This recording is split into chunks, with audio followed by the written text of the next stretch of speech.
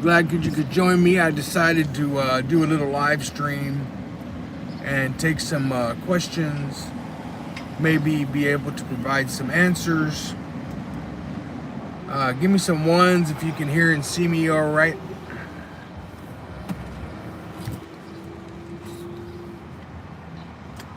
I'm on the way home. I left work a little early, and I don't see any. Oh, there we go. Now I see some chats. Yes, Edward Griffin, that is the real Blackmore. Absolutely. Man, I gotta fix my glasses, because man, I can't see very well the screen. Let's see here. I want to make sure you guys can see the road. If we switch that way.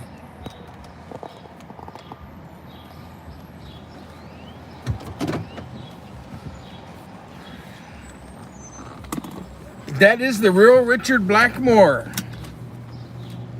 Yeah. And that in front of us is a cop. And when I'm driving, I won't be able to see very much of your comments because I'm not watching the screen, but hopefully, you know, when we stop, we'll be able to see that. See your comments and stuff. I'm gonna go talk to this officer right quick. I got this new thing that I'm doing, and me in particular, I don't like whenever cars pass school buses, because I think that the school buses provide a great service to our children. I think that whether, you know, if you choose to allow your children to go to public schools, that certainly is a great service that they provide, the transportation part. And they have these red flashing lights, and you're supposed to stop, right? Until the red flashing lights turn off. And that's to keep, it's not so much to keep you from being stupid, but kids aren't paying attention. Kids are not paying attention, and you know, you get cars driving by the buses and kids aren't paying attention, as they naturally don't, and then we have accidents, right? So what I'm thinking about doing is if somebody passes a school bus, then I'm gonna end up where they're at, whether they be walking into work or getting a Big Mac at McDonald's or whatever it is, and just ask them some questions about why they ignored the school bus red lights. Get them on camera, and I think that would be great to do. I don't know. What do you think?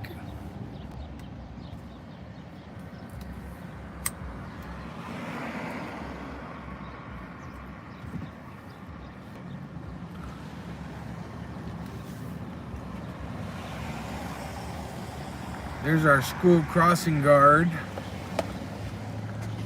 This is Pecan Valley Elementary. It's a good place to sit and watch buses as they stop on the street and pick up people, things like that. So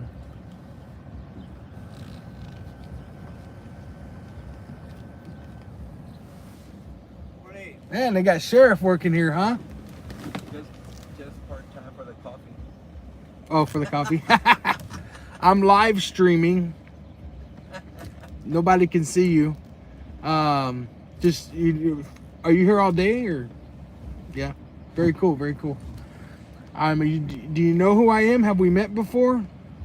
I'm Jack Miller, the TX Sheepdog on YouTube, the guy that watches cops all the time. I've never seen you before. No. No, I just started out here. Oh, okay. I just started out here. Got you. So today I'm catching people run past the school bus. Oh. And then That never stops. it's a new thing I started, and I'm trying to you know, if they run past the school bus, then hopefully we're gonna end up at the same place at the same time, and I got a bunch of questions for them. Yeah. on camera. Let's see how that works. Maybe change their behavior. Yeah. Be careful when you stop. Oh yeah, I know. That's what I heard. Yeah. The school district was like, well, we don't want you getting in confrontations with, and I'm like, no, you don't understand. I'm not asking for permission, and frankly, confrontations, whenever somebody engages in bad behavior, the confrontations about that is what people want to see anyway. So I just ask questions like, what are you ordering here at McDonald's? Excuse me? Well, you passed the school bus and you know, they had red lights on to get here to McDonald's. I thought maybe they had something special. Did they bring the McRib back? You know, that's all I ask. One of those, what is it? Not special. Yeah, special, but they put another word to it. A one-time deal. Or for a limited time. There you go. Right, yeah. So what are you going to be doing down? Oh, I was out there. I was fixing to talk to East Central guy. Just kind of let him know I'm out here. Because you know that they may get a call. He's like, hey, I keep seeing this white truck or whatever. And so they understand what I'm doing. Around the school. Yeah, and you know, that way they know, you know, I'm sitting over there, whatever, filming or whatever. I was with, I did Northeast Independent School District last week, every day. That's a busy place out there. They didn't get one call, No. but I did catch 2 people. It was quite hilarious. Both of them were like, I'm sorry, I shouldn't have done that. So there was no confrontation, but I'm sure it's gonna come. Yeah. We'll see. Yeah, because you never know, you know, people, different moods. Right on. My name's Jack Miller. What's your name? Sanchez. Roger Sanchez. Okay. Well, good to meet you. All right. All right. Have a safe day. You as well. All right. Especially talking to these people. Oh yeah. See you later. All right, guys. That was a Bexar County Sheriff's deputy who's working security here at the school. I'm done talking to him. So yeah, somebody was asking if Joe is still unemployed. As far as I know, Joe is still unemployed. I believe that he is very much active behind the scenes at Leon Valley, trying to pull strings. But he is still unemployed. He is not secured.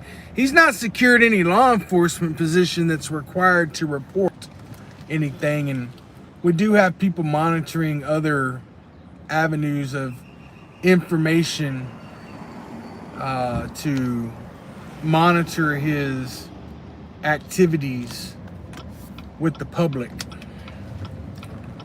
I think Joe's probably going to hang it up and just he's going to try to pull strings from behind the scenes and exact his revenge on people that he hates, like me and Justin and the council people there at Leon Valley. I don't think Joe Savaggio is finished by any means. But we have people investigating Joe. We have several investigations that are ongoing that we can't talk about regarding Joe Savaggio. You know how he used to, his favorite go-to was, we have ongoing investigations on all these police agitators. Well, Joe, we got ongoing investigations too. The difference between our investigations of Joe and his investigations of us is our investigations result in action. They result in things being taken care of, right? And his investigations don't involve any kind of results, right? David Doty wants to know if I'm still screwing Joe's wife. I don't know what screwing means, but am I still screwing Joe's wife? You know what? I don't know how to answer that. Didn't Leon Valley need someone to clean the public toilets? Yeah, that would be great. I don't think Joe would do a good job cleaning public toilets. I really don't think so. That might be above his intellect. He'll be trying to file charges on somebody for peeing on the seat.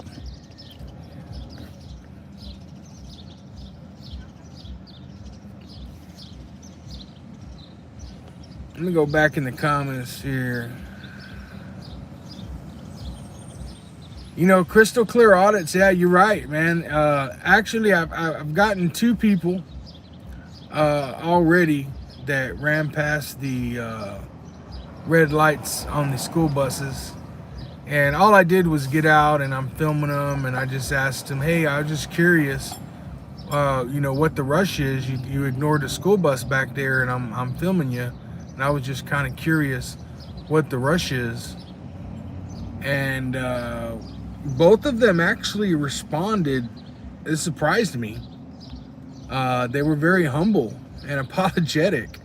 I don't know why, but they were very humble, apologetic. I mean, they knew they were busted.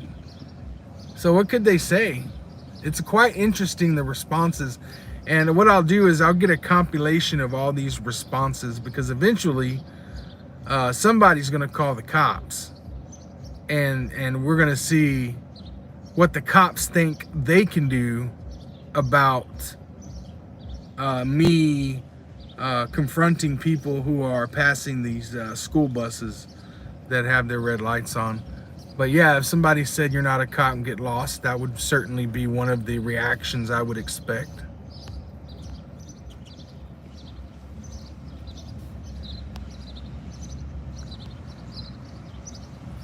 Ingy Push wants to know if it's possible to put Joe on the Brady list.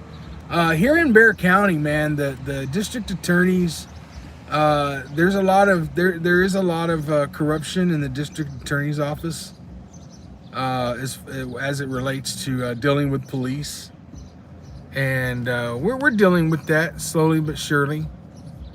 The district attorney was being named as a defendant, being sued in the Zinter lawsuit.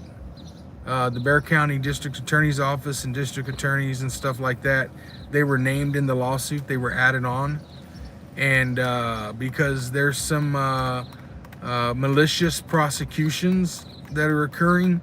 But so as far as, I mean, if they're going to maliciously prosecute, then what do you think the chances are of getting them to put a cop on a Brady list?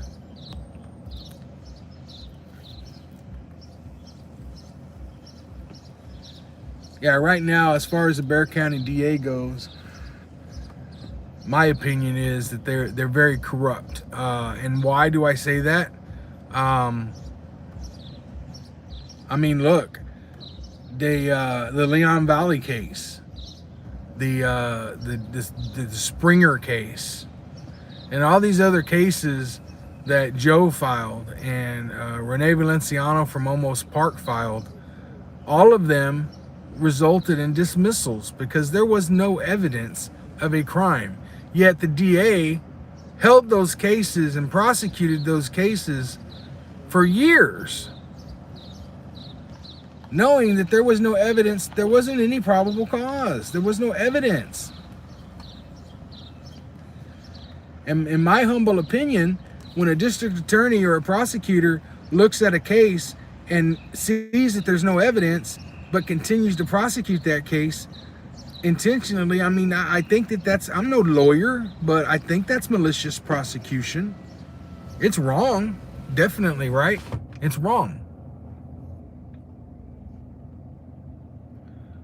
I mean, on the Almost Park case, when I was arrested in February and they charged me with obstructing a passageway, resisting arrest, carrying a rifle, and assault on a peace officer, you know, the DA just last week or so communicated through my attorney they wanted to offer me a deal. They wanted me to plead guilty to obstructing a passageway, and they would drop everything else. And my response was, they're going to drop everything anyway. They don't have a choice.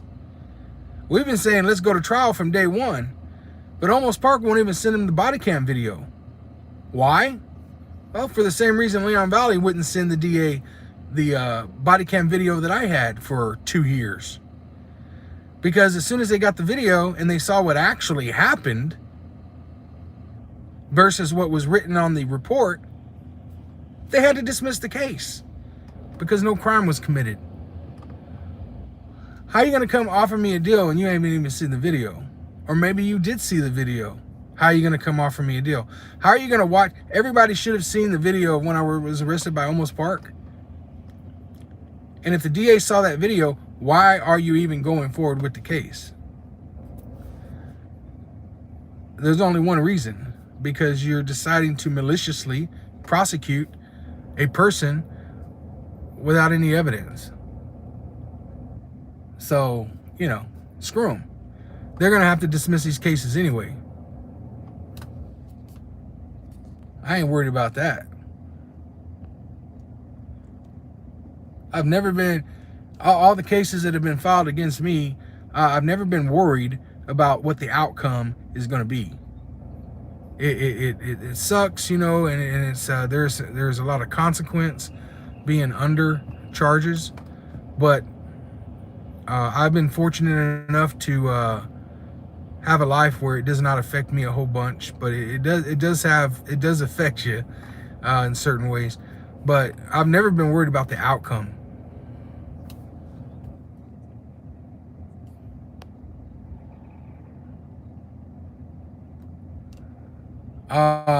Desert Goat, that wasn't the day that Buck G got assaulted. Look, Almost Park police chief has assaulted people 4 times. CJ, Jim, Buck G, me, assaulted on camera 4 times. Committed assault. I'm talking about the one in February where we went over there to shoot a video warning people who were threatening the police not to do that. And then Rene Valenciano came out and got mad because Patrick called him out on the fact that he can't carry a taser anymore. And, you know, he walked over to, I think he said, detain me for his safety because I had a rifle slung on my back. And then he tried to break my wrist. Yeah, that time. That's the one I'm talking about. We all saw that when the contact between my head and that dumb cop, when our heads hit, is when they lifted me up they jerked me up off the ground, and you know, I had to stand up straight and our heads hit. But in the police report, he writes that when they were escorting me back to the police department, that I reared my head back and hit him in the face. But that's not what happened. So, you know, they already lying in the police report about that.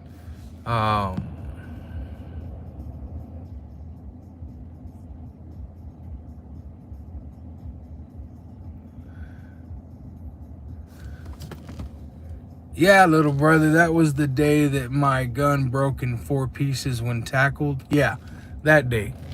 I wasn't carrying a rifle. I was carrying a prop. It was a M4 replica. It was plastic, not capable of doing any kind of harm.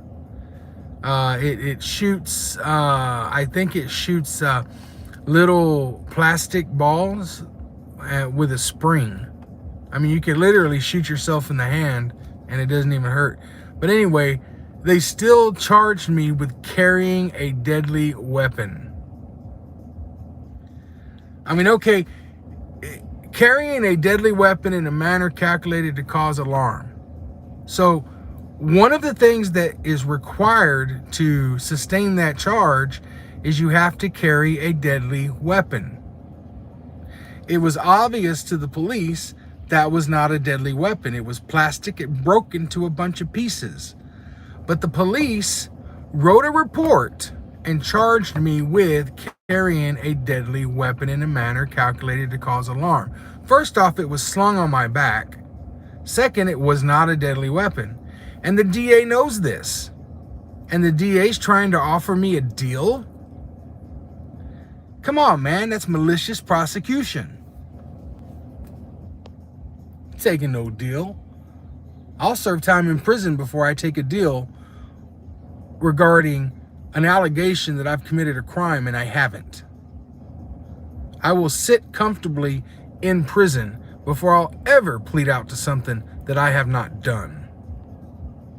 If I mess up, that's fine. I'll take my punishment, and I'll own responsibility for that. But I don't break the law. Simple as that.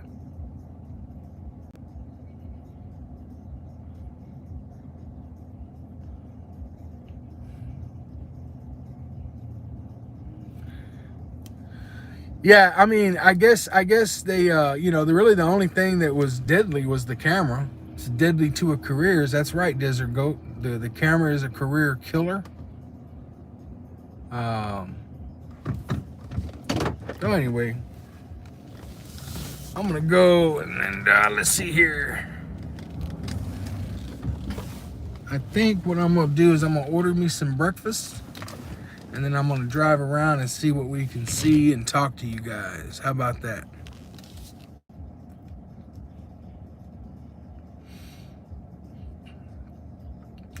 If you have a question I haven't gotten to, this is a good time to post it. What's happened recently? Let's talk about current events. Eric Brandt. Let's talk about Eric Brandt. I annoyed. I don't believe a civil war is coming. You know, I mean, nothing would surprise me these days. But yeah, and also it's about 7:45, so the buses pretty much have dropped everybody off and they're heading back in. So there's really nothing to see. I'll bring you guys along on one of my bus trips one of these days. Yeah, Eric got screwed for sure. I don't, right now, I'm really not sure what the dynamics were or why he did on that stuff. I mean, it seems, you know, if you take it to a jury and let a jury decide, and then guilty. I mean, even if you feel like you might have broke the law, you know, your attorney can at least explain that to a jury. And I don't understand how maybe he was thinking that if I know during his sentencing, he read a letter or addressed the court and showed remorse and all this other stuff and asked for probation. Maybe was he thinking that he was actually going to get probation for threatening a judge? Did he think a judge was going to assign him probation?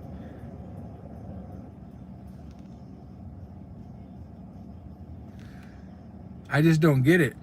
You know, if I were in that situation, it would have went to a jury to decide. And while I understand that, okay, you're on that line, man, and based on their statutes and their definitions, I felt that the state might have been able to prove their case against Eric Brandt. I was worried for him. But I figured, well, it's going to go to a jury, and the attorney's going to explain to the jury everything about Eric, and you know, the jury's going to hear who Eric is and what he does and have a little understanding, and then you know, not, you know, maybe be a little lenient on him. I think he would have got probation from a jury if he were found guilty.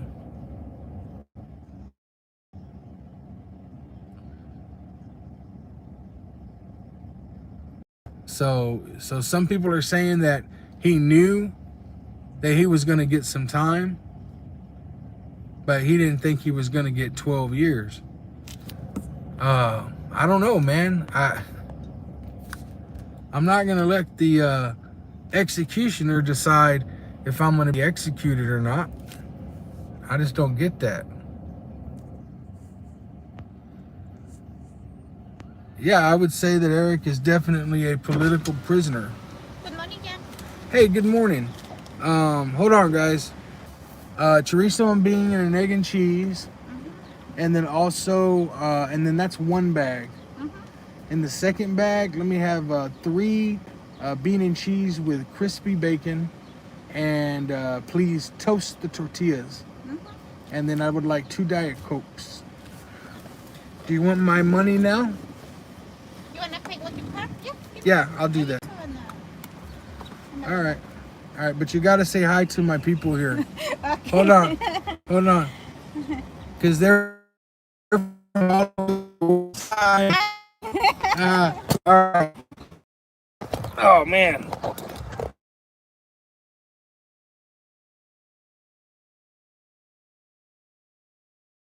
Sorry, guys. I had to get my phone back on its cradle. I messed it up. Anyway. Just ordered me some tacos. Good tacos, too. Hey, watch this. This is pretty cool. I can change the... are you guys there? I don't see any chats.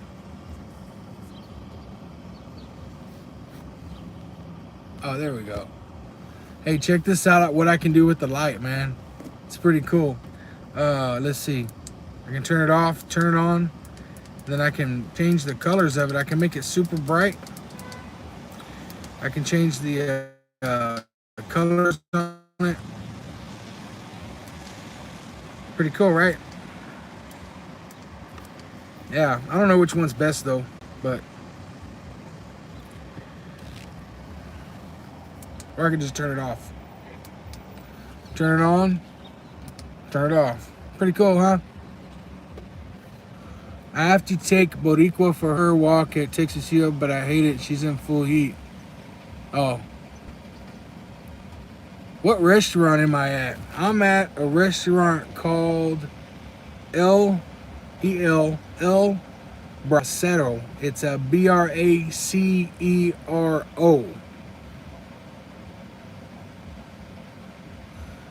Yeah, El Bracero.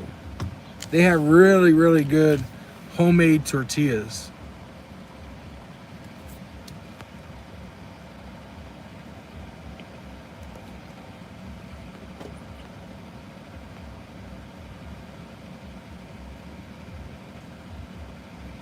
Yeah, so we were talking about Eric Brandt, and man. Oh, there was a bad signal? Yeah, whenever she appeared. I'm sorry about that. Yeah, Joe Black says he has the full sentence hearing up on his channel. I watched that whole thing, and you know, Eric got to address the court, you know, and he addressed them rather professionally and intelligently, and I thought his address was on point. He admitted that he did wrong. He showed remorse for that. Here, y'all can get a better picture there. All right.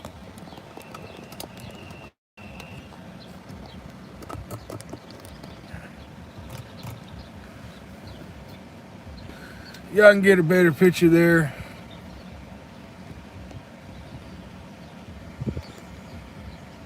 Well, hell, you can't. You gotta, yeah.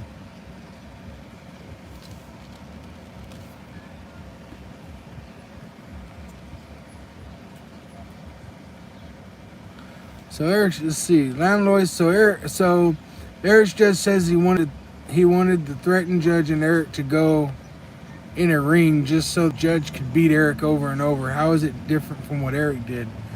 Yeah, I didn't understand that. I mean, Eric made some statements basically that he wished, you know, very bad things would happen to these judges. And then also I think he said something very specific, like, you know, one of them should be hanged in front of his children. Very distasteful, very disrespectful, even alarming, in the sense that, I mean, if somebody says they want you to be hung in front of your children, you know, that's alarming. Not alarming in a sense where you fear that your safety is in danger, I mean, I guess I could see where somebody might say, oh my God, you know, this guy, I don't want to be in the same place as him because he obviously thinks I should die. But I mean, I don't think that that arises to the level of criminal conduct. I mean, just because you think somebody should incur harm, it just seems to me, as long as you're not planning to do harm to somebody, you're not going to do harm to someone, you don't intend to do harm to someone, whether it be through you or through someone else, and that's not your intention, I have a hard time understanding how that becomes criminal. But you really have to look at your state laws and to figure out what is going to get you in jail. What is it that I could do that's going to end up where I'm serving prison time, and then avoid that? So, I mean, that's what I do. I like to step on the line. I enjoy when I have a bad cop in front of me. I enjoy making that cop feel just as uncomfortable and unsafe and stupid as he's making his victim feel. But I look at the laws and I look, okay, if I'm gonna do these 10 things, what does the law say about those things? And out of those 10 things, if there's a possibility that one of those things might result in them having a semi-good case, I don't do that stuff or say that stuff. Because my end game is not to be in court fighting idiots over words. My goal is to educate bullies on the spot and teach them the importance of treating people with respect and dignity and following the rules and the laws of our great country.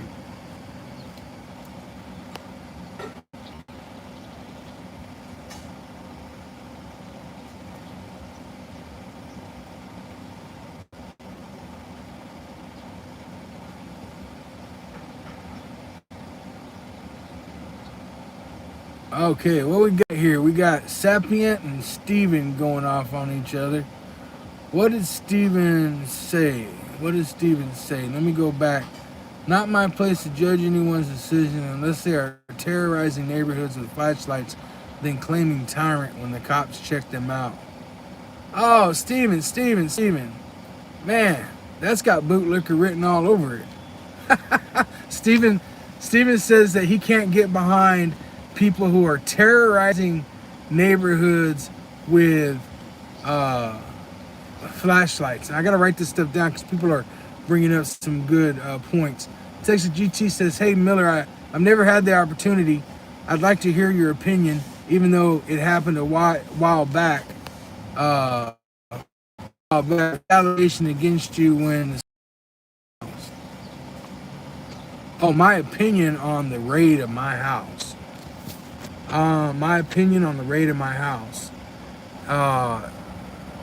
Well, shoot, man. How about some facts? It should have never happened. The search warrant and the arrest warrant were based on material lies and misrepresentations that the Leon Valley Police Department made to a judge to secure a search warrant for my house and an arrest warrant. Facts. Here's some facts. Leon Valley came to my house, and by their own actions, it is completely obvious. Oh, sorry. I have to sign my ticket here. By their actions, it was 100% apparent that their intention was to cause me as much heartache as possible by seizing all my guns, by seizing all of my computer and production equipment that was in my studio, I guess that, you know, their little minds thought that they would be able to shut me down, keep me from shining the spotlight on them, stop me from producing videos, not realizing that everything they did was pretty much in vain. It didn't stop anything. I think that what they did was disgusting, illegal, and they have reparations to tend to. And we are seeking those reparations. My opinion of Joe Savaggio is he is a disgusting coward. He's a disgusting coward.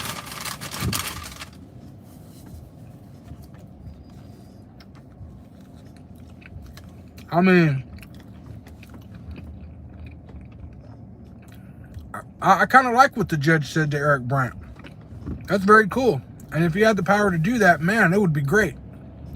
I haven't seen this other judge. I don't know about his fighting abilities.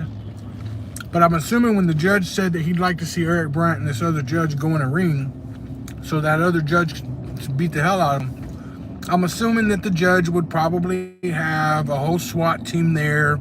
Eric would have 3 sets of handcuffs on, be tied down to the floor, and held down by cops so the judge could beat the hell out of him. I don't know. Maybe the judge is an MMA fighter on the side. Maybe that's the case. But that would never happen, right? Because, number one, the judge doesn't have the power to do that. And but with Joe Savaggio, though, Joe Savaggio could agree to step in the ring with me. Literally, step in the ring with me. If Joe Savaggio agreed to step in the ring with me in a little, I guess, octagon, right? It'll be like MMA rules. I don't want to do no simple boxing. I want somebody, you know, somebody's gonna get hurt. Somebody's gonna have to tap the fuck out. Somebody will. Might be me. Who knows? Joe might be able to make me tap out. Yeah, it's possible. I don't think so. But man, Joe could do it. Joe could agree to have an octagon match with me. MMA rules. I'm not saying I'm a MMA fighter or anything like that. I'm just saying it would be a great event. And we just have to figure out what's on the line. I say, I don't know. Off the side of my head, I'm thinking we have an option. If I lose, anything that I recover from Leon Valley in damages because of the unlawful acts that he took, I'll donate it to a charity of his choosing.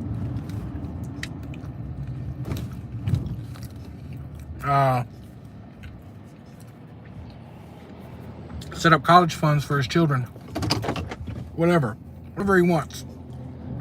But if I win, well, whatever I recover, he's gonna have to match it.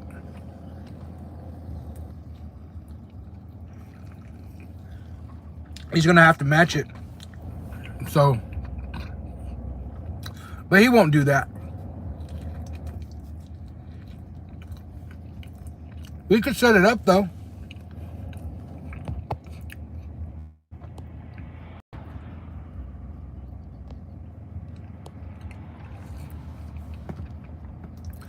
We could definitely set it up.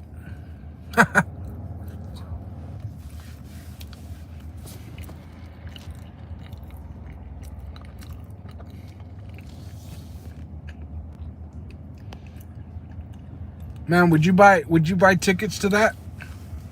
Would you pay $49.99 to see a live pay-per-view event of me and Joe going at it in the octagon?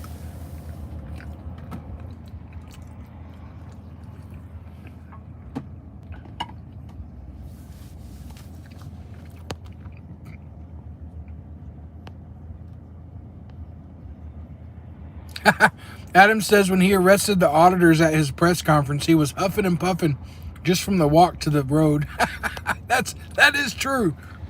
Hey man, I'm just an old fat white dude, man. I can't make fun of Joe because I don't. He's probably in better shape than I am.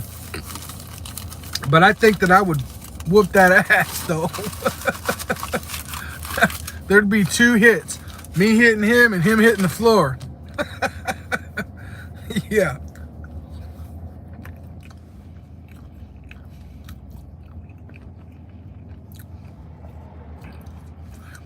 He wouldn't be able to tap out because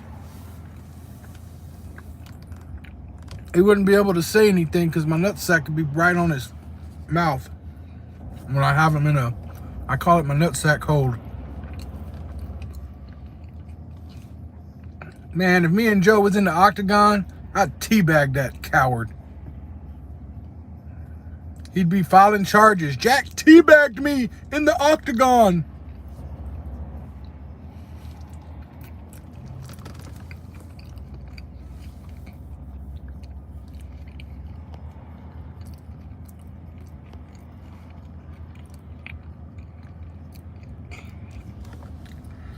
Yeah, Steven made a comment. Let's go back to Steven Tunis.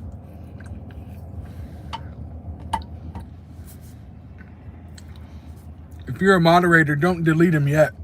Let him put his foot in his mouth first. Steven thinks that, I guess he's referring to Patrick and those guys. And they're walking in the neighborhoods and they're shining lights at things.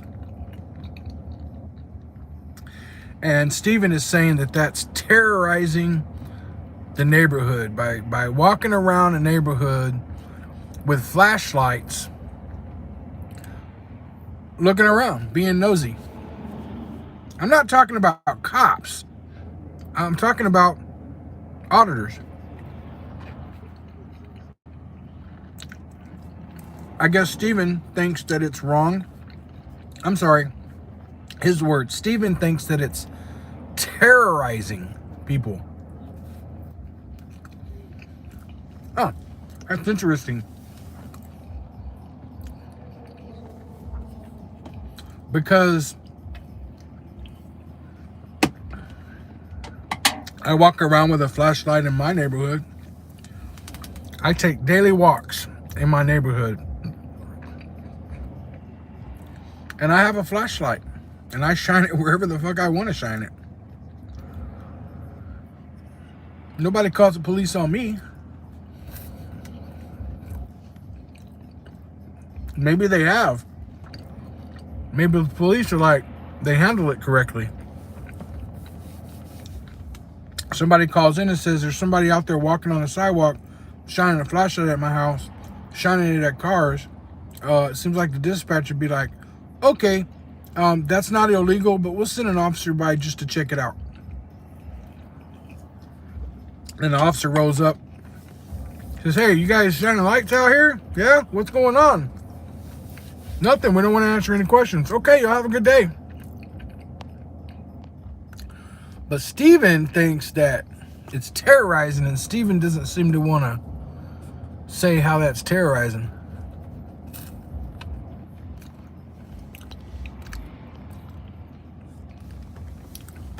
Patrick DeCambra says, I don't like the way Patrick and his crew do things.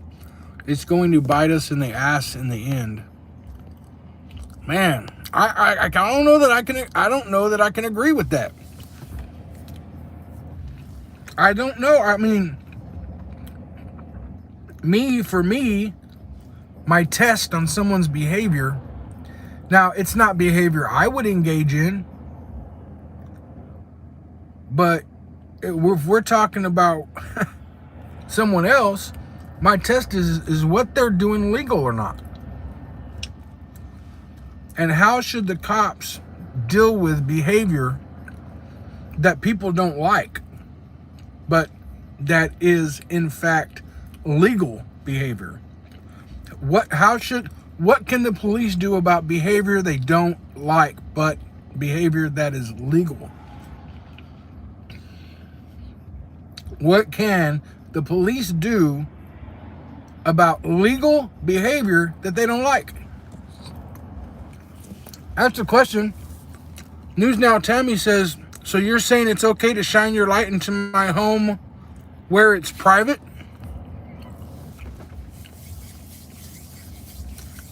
I just said, I'm not going to do that. News Now Tammy. But I would ask you, is that illegal? That's the main thing. See, we're dealing with police who get into behavior enforcement. And they don't like the fact that we're filming and we all bitch about that because it's not illegal to film. But then are you saying, hey, I don't like flashlights shining at my house. I know it's not illegal, but we want the police to do something about it? To me, that's hypocrisy. That's hypocritical. You can't just pick and choose behavior that you don't like and then try to use the cops to stop it. And cops who are dealing with behavior that is not a violation of law need to fuck off.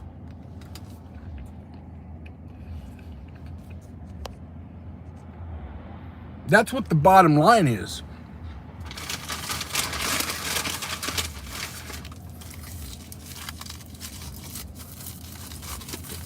I mean, News Now Tammy, if somebody shines lights in your private house, I would suggest checking it out. Call the cops if you want. I would suggest that the cops, when they go out there, do what they're supposed to do within the law, within the rules. I mean, me, frankly, if somebody came up and was shining a light in my house like that, and it may very well happen, there's nothing stopping some troll from proving a point and coming over to my house and shining a light at my house to see what I would do. But I'm going to tell you straight out what I would do. I'm not going to call the cops. I don't need the cops because you're shining a light at my house. Because it's not a criminal matter. I don't call cops for non-criminal matters. I don't go to McDonald's and order a T-bone steak. I don't go to a bowling alley and try to play baseball. And I don't call cops for non-criminal activity. I would just go get my water hose and walk out there and tell you, you got about 2 seconds to kick fucking rocks before I spray you. And then when you don't move and you continue shining your fucking flashlight, well, I'll shine mine back at you while I spray you with water and make a great video. And I will plead guilty to that simple assault. And I'll probably pay $200 fine and probably make $1,000 off the video. So it's a win-win for me. That's how you deal with bad behavior. Not by calling the cops.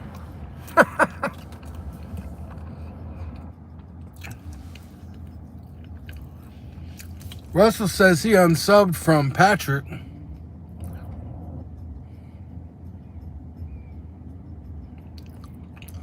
Yeah, I mean, whether you subscribe to him or not, that's your personal choice.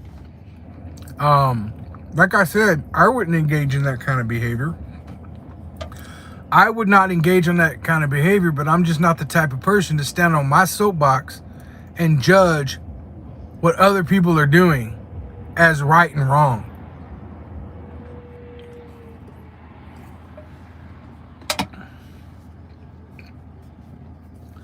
I'm not saying that you can't do that. If you got an opinion about somebody's behavior and you want to say it, go for it. Let us know how you feel.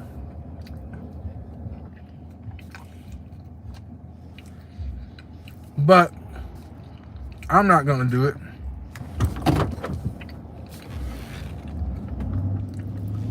We got a precinct 4 truck enforcement. That cop car says truck enforcement. I know that thing's gonna bounce around a little bit, but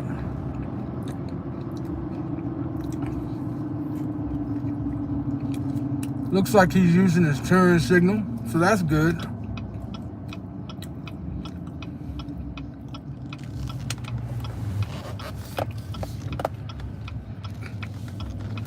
It's 30 miles an hour right here. This truck in front of us is a precinct 4 truck enforcement, it says on his vehicle. So I guess what these guys do is they look for commercial vehicles like truck drivers and stuff,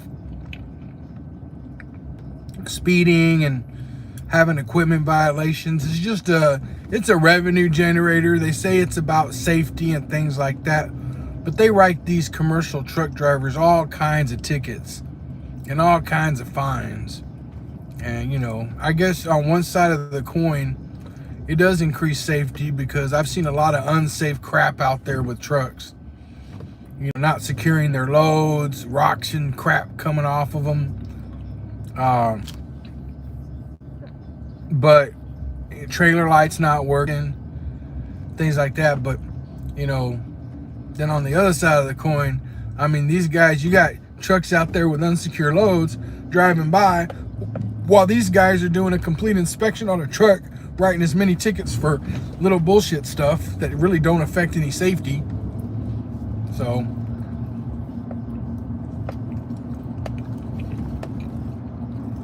a lot of these trucks have scales in them.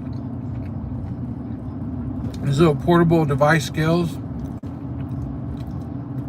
Speed limit here is 30. I'm doing 35, trying to keep up with this dude. So he's not driving extremely fast, but I guarantee you he's not just doing 30. I'm doing 30, so now he's slowing down. He's coming up to an intersection. This is precinct 4 constables. Bexar County precinct 4 constables. I've dealt with these guys before. They're actually pretty good. They do have a new constable, though. We're going to follow this guy for a little while. See what he's up to. Whoa, little chihuahua. I don't want to hit the little... I did not hit the dog. I did not hit the little chihuahua. Right now, this vehicle in front of me is a Precinct 4 Bexar County Constable. He has truck enforcement. And he's in a neighborhood right now. We're going to follow him and see what he's up to.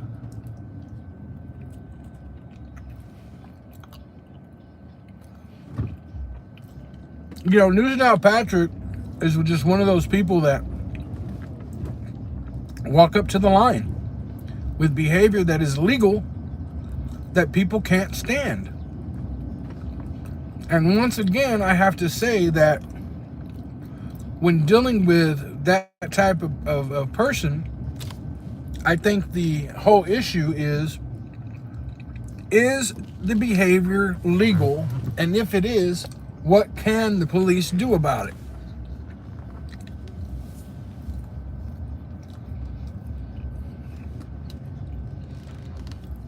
So this guy appears to be going to work. This is where he pulled in at right here. Bexar County Precinct 4 Justice of the Peace Constable. So it looked like he was just going to work. Taking the back way to work.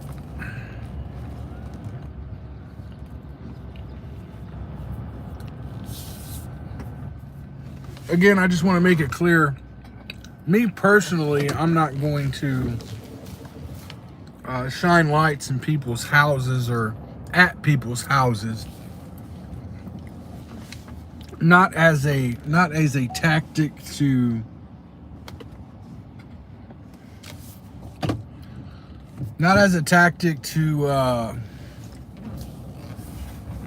elicit a response.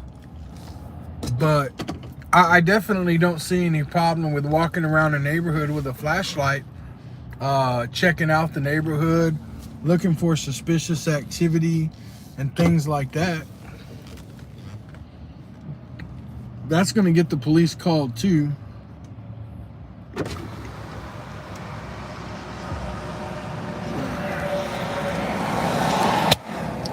I just noticed something. You got this car here, no front license plate. The license plate is right there in front of and you got some kind of police lights. NWB 1425 plate number. In Texas, you're required to have a front plate. The police stop people all the time for not having a front plate, and they use that as probable cause, precursor for stopping people. And I'm sure that this cop here, I'm sure that this is probably one of the constables. This place right here is the place where that drunk constable. Do you guys remember that one? The drunk constable? The constable that was drunk? You remember that?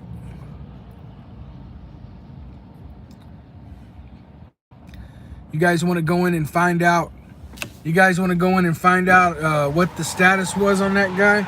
I did come here and I reported his behavior to the constable's office here, and I never got a response back.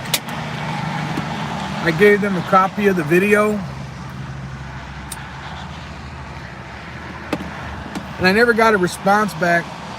There was somebody who works at a place where he works off duty, and they said that he is highly upset with me about the video, but I just never got around to talking to the guy. So anyway, you guys want me to go in and inquire about the status of their inquiry? I guess they said they were going to inquire about his behavior.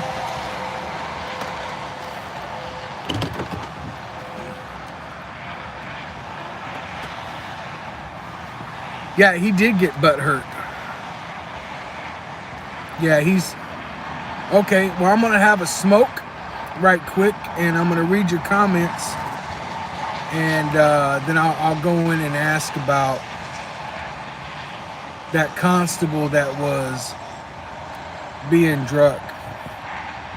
Steve says, look, Steve Tunis always coming to the defense of the cops, but Steven's being he's being appropriate, even though Steven is saying a bunch of stuff that is very, very bootlickerish, coming to the defense of the police. He's being respectful about it. He's not attacking me and being stupid. He makes a valid point. That car looks like it's being taken out of service. They even removed the push bar. So maybe the video didn't show very much, but in the back of this building, there's police parking, and that's where all the patrol vehicles are. And that's where it would be if it was being taken out of service. This vehicle right here is where reserve constables park their cars, because a lot of them don't have the code to get in the back. And what's funny, if they asked me what the code was, I could tell them. But anyway, they don't have the code in the back, so they park their cars out here. And when they're off, they like to run around in cars that look like cop cars. And that's fine, but they need to put a front plate on there.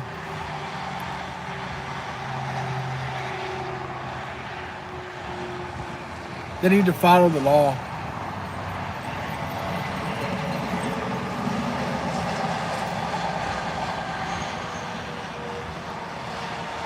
yeah, I'm gonna have a smoke right quick, and then I'm gonna go inside and inquire about that constable, and maybe try to talk to the new constable.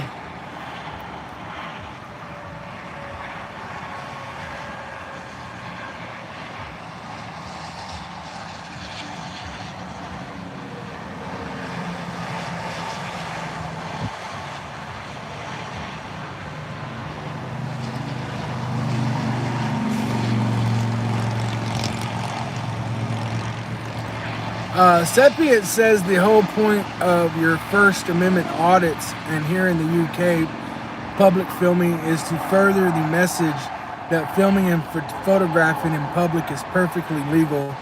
No reaction is the desire. Yeah, I don't want any reaction either, but a reaction is almost inevitable. We have learned that by going out and filming, that reactions, bad reactions, are inevitable. I've been assaulted, I've had my camera grabbed, I've had my equipment broken when I'm being nice. In fact, the nicer I am, it seems the worse the situation gets. I guess they take the niceness for weakness. And when you don't show any niceness, well, then that makes them a little scared, and they don't see a weakness, and they're not as brave when they want to grab your camera and assault you and things like that when you're only filming. But I see what you're saying, right? We want to teach the public that it's okay to film, and I agree with that message wholeheartedly. I'm a little different. I try to focus on cops who are bullying people, and at the same time, I film, right, to let people know that you can do that and you should do that. I can't speak for Patrick and all them, but you know, it looks to me like, you know, they're pushing the line on behavior that people don't like, and they get in perfect positions, not by their doing. They're not calling the police, but the police are showing up, and they're able to document how police officers that don't know how to deal with bad behavior, how those police officers deal with the behavior.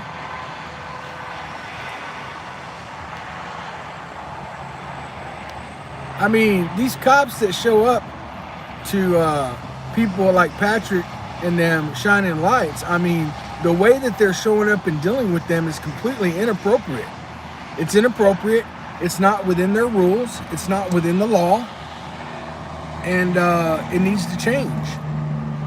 And there are ways to deal with people like that. And it's definitely not by verbally insulting them or acting like children. If you're dealing with somebody that's acting like a child, you don't act like a child to correct them. All you're doing is making yourself look stupid.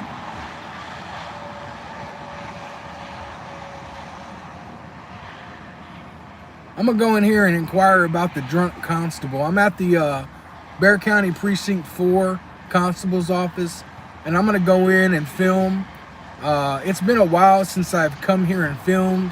The first time I did was a few years ago, and they grabbed my camera and all kinds of crap. I think they fixed that, but we're gonna go in and see, and then I'm gonna ask about, this is the constable's office that if you guys remember on the one of my videos, there was this constable that had forgot his gear, and he was out working some traffic control, and he forgot his gear. And he looked like he was drunk or something. He acted like he was drunk. So I'm gonna go in and ask about that, and at the same time make sure that they're still okay with filming and stuff like that. Thank you, Bob Lau, for your super chat and the thumbs up you gave. I appreciate that. Thank you very much.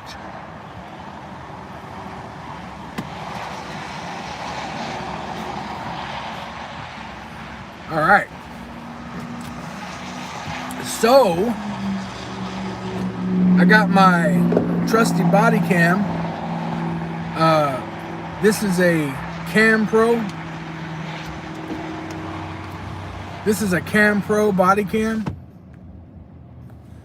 It's got a screen on the back, a couple of buttons here, couple of buttons on the side. It's got a charging port, which is right here. You open that up, and it's got a little charging port in there. And then also, if you open this one up, I don't know what's inside. Little HDMI port. And then I think this one, that one's for a little AC plug. These covers are waterproof covers, so you stick them back in there and they keep the water and dust out. On the front of the camera, or on the side of the camera, these are buttons to operate it. This is 128 gigabytes. It's CamPro, CAMMPRO. Currently, you could go to Amazon today and have it at your house tomorrow. And they run for 128 gigabyte, which is the one I recommend. I had the 64, but I didn't like it because, you know, I run this thing all the time. And 128 gigabytes is a lot of memory for this type of camera. And 128 gigabytes is the way to go.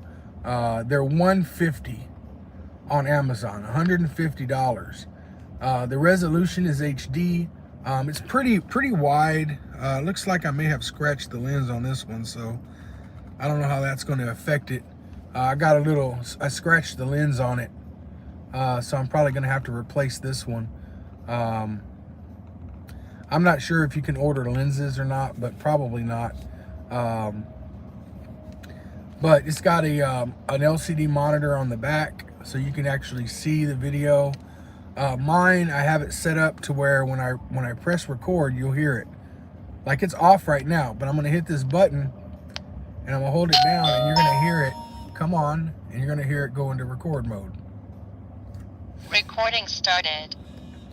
So now it's recording, right? And then over here, I can click it one time. Oh wait, that's power.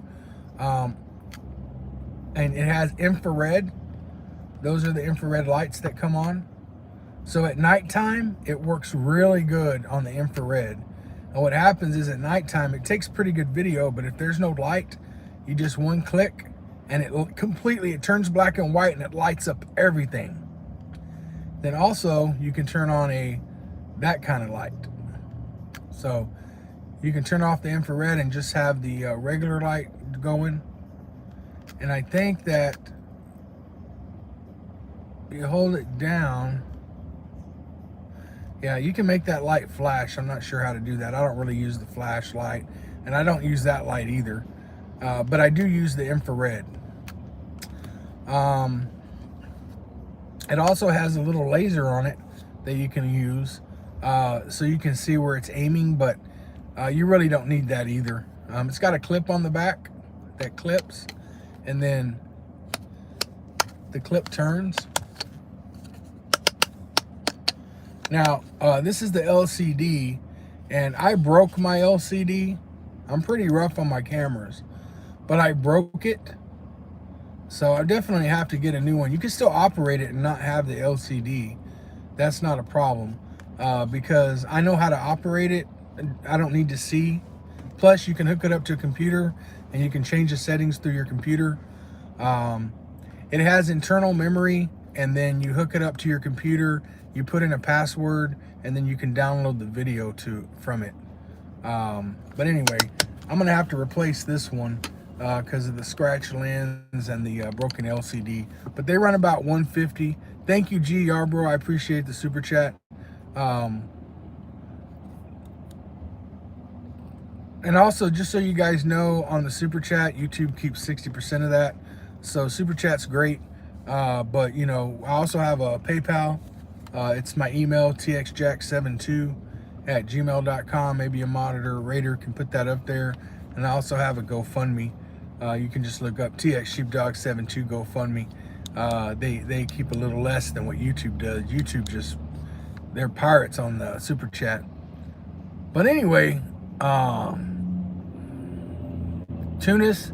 So Johnny Face says Tunis has financially supported cop watchers very generously for a long time.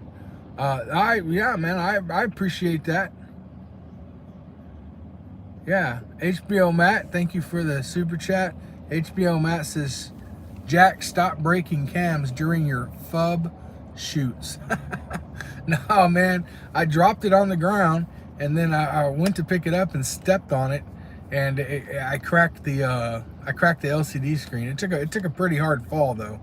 I've dropped it bunches of times, and I'm pretty rough with my cameras, but it's definitely stood the test of time. And I think the LCD can be replaced. That's really a non-issue. But anyway, great camera. Great camera. CamPro, CAMMPRO. 150 on Amazon right now for the 128 gigabyte. Oh, and you know, I put this, I charge it, right? And then I take it and I just slap it on my visor up here. And I have it there for a week. And then I go look at it, it's still got a full battery. You know, and then I charge it weekly. If I were to hit record, it's fully charged right now. If I were to hit record, I could run it for about 12, 13 hours straight recording HD. That's without using infrared, about 12 or 13 hours. And I'll run out of battery before I run out of memory. That's why I do the 128 gig. I think in 12 hours, it runs about, I don't know, maybe 7 gigs an hour. So at 12 hours, I'm looking at probably maybe 80 to 90 gigabytes worth of data. So obviously I'm well below the 128, but I would be exceeding the 64. So that's why I go with the 128. Basically, when I go out and audit, I'm out there for 10 hours straight, and this is running the entire time. And then I turn around and download that footage and archive it, because who knows, man, 6 months down the road, somebody may allege, make a false allegation about something I've done. But guess what? It's all on my dash cam, and it's all body cam. Everything I say and do is on it. So anyway, this one's recording right now. If I hit a button, it vibrates to tell me that it's off. It doesn't say anything. And then when I want to record, I hit it again. Recording started. Recording started. After a few seconds, it'll go to sleep. And then, like right now, the LCD is on. But if you notice, there's no lights on this whatsoever. Nothing blinking, nothing. And so you can turn off the LCD screen manually, or in about 20 or 30 seconds, it'll turn off on its own. But you know, people are like, is that recording? Nope, it's not. There are not any lights on it, right? Battery's dead. But in fact, it is recording. It's recording really good. So anyway, generally I'll wear it on my chest, but you can pretty much wear it anywhere. If you're gonna get one, yes, it is password protected. So you have to have a password to get into it. I'm not sure how hard they are to crack. It's just a it's a 6-digit password. It can be digits, letters, or symbols, 6 of them. So I don't really know how hard they are to crack, but it is password protected. And this particular one, you have to have the program on the computer to recognize this. Otherwise, if you plug it in, this particular one, if you plug it in, I have a program installed on it. It doesn't come with the camera. But it's like an encryption thing. So anyway, once you install the program on here, the only thing that this will communicate with is a computer that has the program on it. Otherwise, your computer won't recognize this as a USB device. So that, you know, that keeps, you know, if the police get a hold of this, they hook it up to their computer. It's just going to be a little difficult for them to get footage off of here. I mean, it ain't gonna be a matter of, oh, they can just, you know, hook it up, take it, not get a search warrant. I mean, there's got to be some paper trail or computer trail, emails, something where they're trying to get into this, because they're gonna have to probably get with the company, probably, you know, figure out how to get into it, and then they're gonna have to figure out what program is installed on here that keeps it from being recognized as a USB device. And that's kind of hard because basically it's just a virus. It's just a virus that's installed on here to keep it from being recognized, unless it has a you know, a brother and a sister connecting to each other where they can communicate. Otherwise, they're not. It's not going to communicate with anybody. So anyway, so we got this cop looking over here being nosy. He just walked into the door. He's kind of looking at me, kind of, yeah. So that you know, let's go inside and see what's going on inside. Let me see. OMG, Jack. No, that's not how it works. No, Matt. I got a program in here. I can't tell you on here what the program is, but basically it's just a virus. I was turned on to it by someone who helped me get it installed, and you can't, I don't care what you do, it's extremely difficult to get anything off this camera, even if you know the password to it. It just makes it a little bit more difficult because you got to figure out, you have to have the program installed on your computer that matches the program that's in here. And it's not just the program. So the program on the computer requires a password to open it up. If the program on your computer is not opened via its password, which is, it can be auto-generated, and it's like this huge, it's pretty secure. So not only do you have to have the password for the camera, but you have to have a matching program that's active by entering the password to it for it to interface. I think it's pretty cool. And you can put that program on hard drives, you know, the whole 9 yards. So I have portable hard drives that I use to archive information, and all those are also protected like that. No more council meetings for Blackmore. Yeah, 357 Sigbeat says no more council meetings for Blackmore. Yeah, man, he shows up.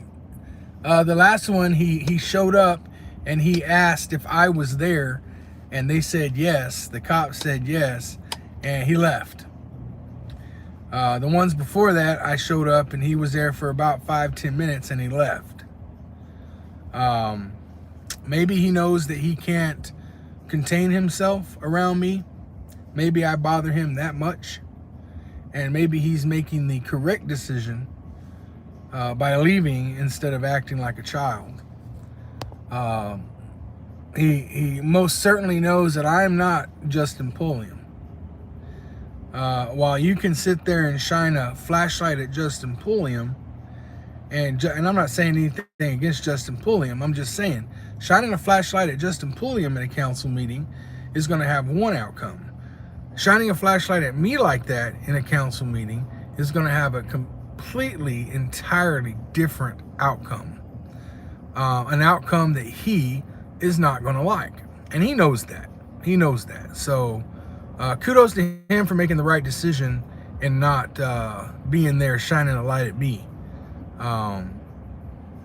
Because that just wouldn't turn out well for anyone involved. It's not going to feel good. So this is the entrance. This is the, oh yeah, by the way, this is the Precinct 4 Constable's office, and this is the entrance to this building. Right on the other side of the doors is the metal detectors that are manned by constables, and then once you walk through, you have the constable's office to the left, you have the Justice of the Peace Court to the right, and you have clerks to the right that accept all the fines and payments and things like that.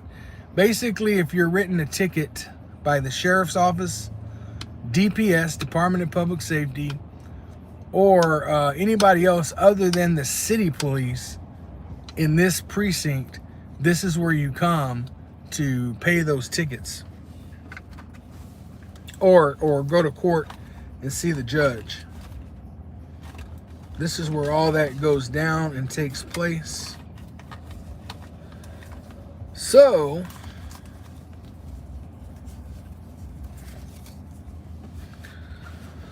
oh man, I'm tired. I gotta stretch right quick. So without further ado, I think we're gonna go inside and see what we can see.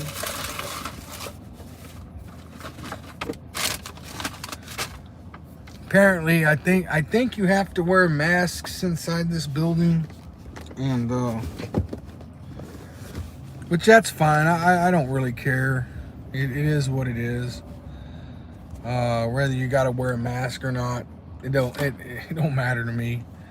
I'm gonna do what I need to do to accomplish what I need to accomplish, and that's about where all that begins and ends. Frankly, I like wearing a mask because then people, they don't recognize me, especially these cops who are always worried about where I'm at, what I'm doing. They're worried about where I'm at, what I'm doing, and when they don't see me coming, that's the best, is when they don't see me coming. So anyway,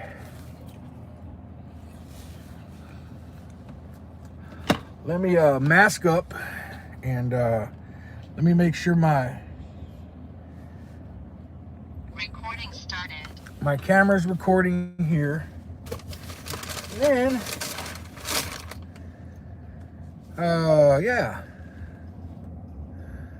You know, I don't like this mask. I think I'm gonna use one of my different masks. But I don't have my glasses on. Somebody just gave me a super chat. Let's see what I say. Old school Casey Audit says, good luck. Good luck. Thank you, Casey Audits. I appreciate that. I tell you what, I got one of these N95 masks because they're very tight and they have this thing right here and they don't fog up my glasses. So it actually works pretty good.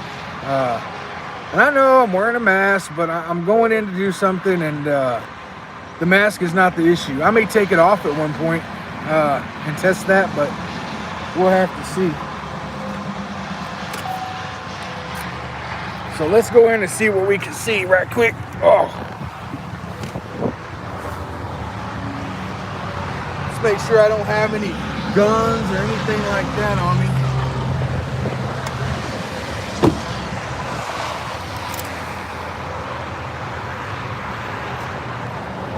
I won't be able to listen to anything right now, but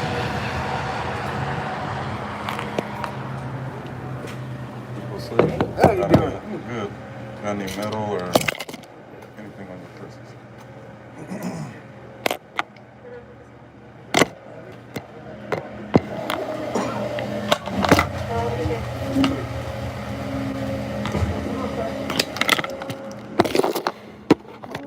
Thank you. You're welcome. Thanks, so you here for relationship? I'm here to find out about that drunk guy I filmed. Oh. Yeah. I know that was a good one. I wasn't here, so. Oh, I filmed. There was I forget his name.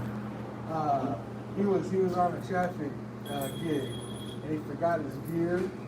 And frankly, you remember that video? Yeah, Frankly, I'm like, is Was this it an too- officer? Yes. Yeah. I'm like, is this too?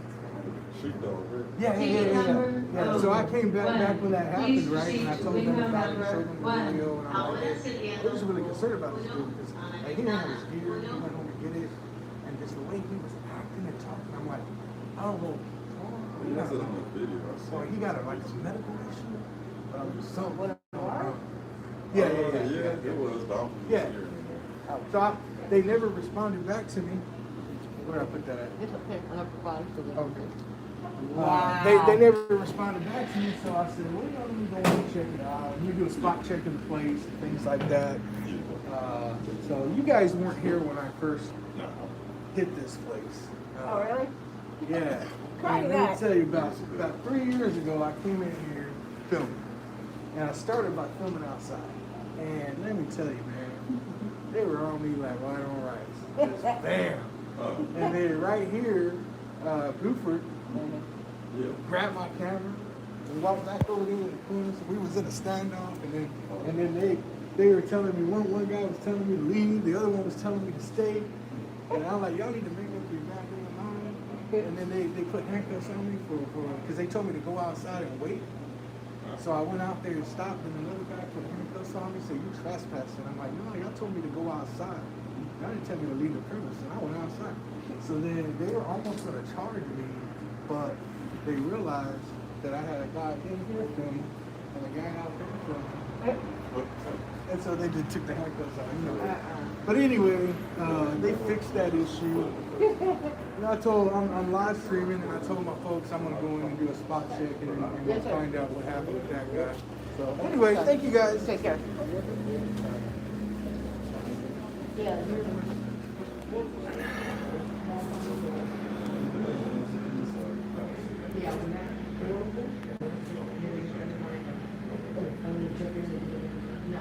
Oh, I'm at the precinct 4.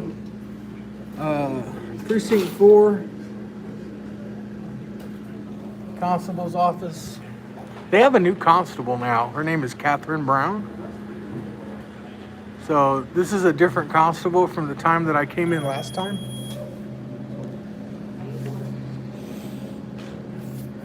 I think I got a ring bell for service.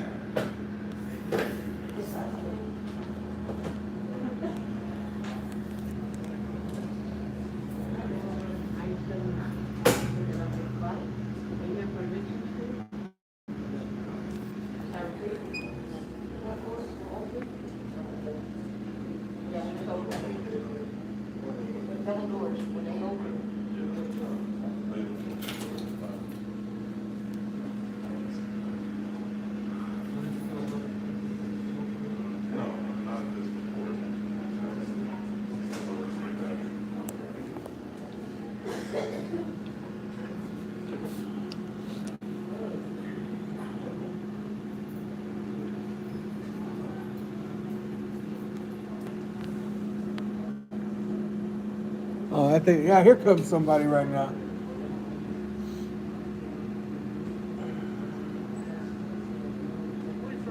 Good morning. How are you?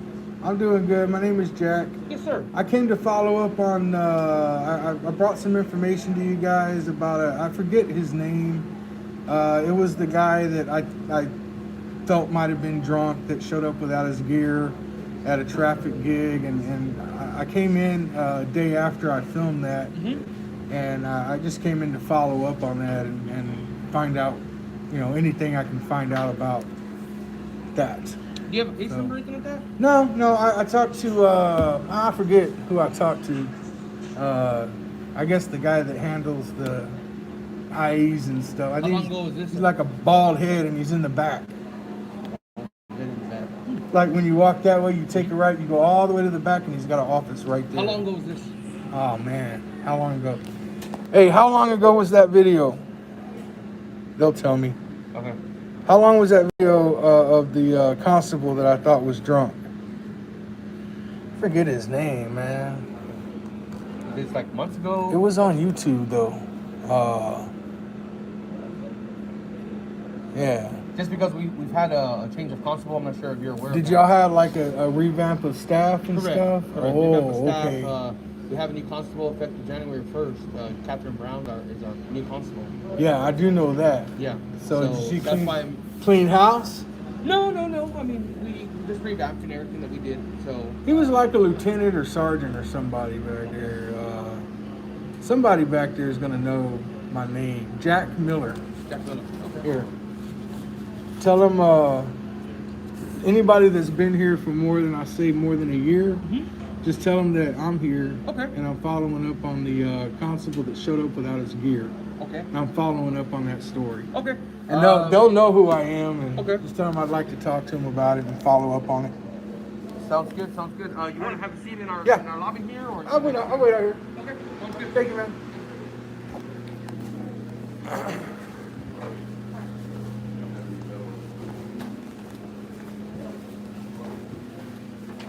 So apparently they had, hold on guys.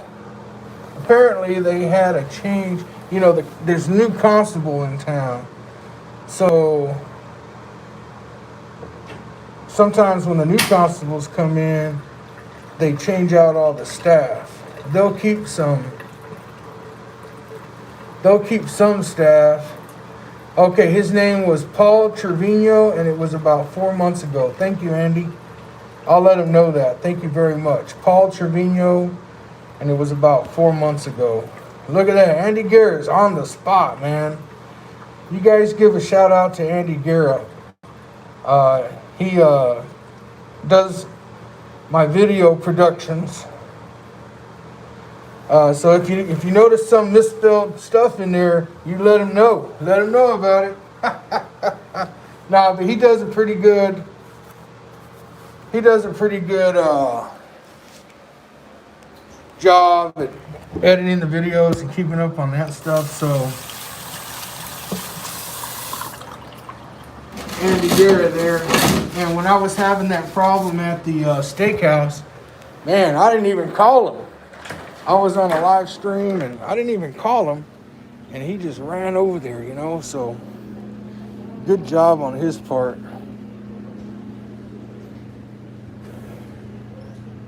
When you come here, you can, after you go through security, you come over here and you use the little kiosk here to let them know you're here.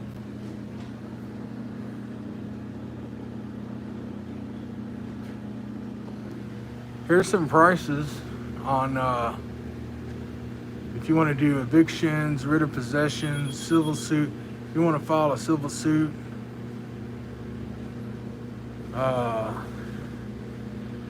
if you want to file a civil suit, it's $136.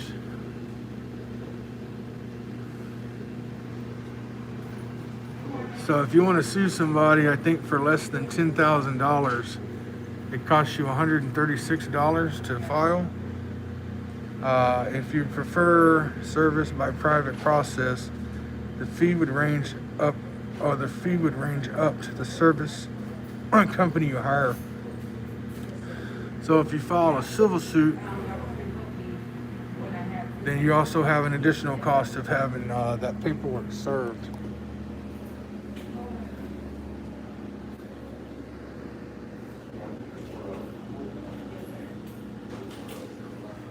And this thing tells you, for this particular precinct, these are all the zip codes that this precinct serves. All those zip codes there.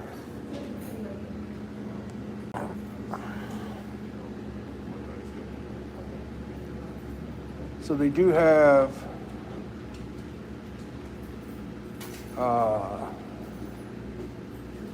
it's only open for essential court proceedings.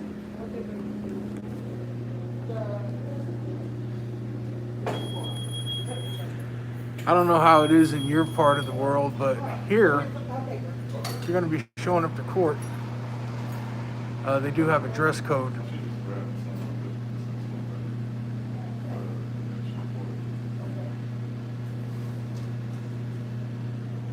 They do have a dress code in the court.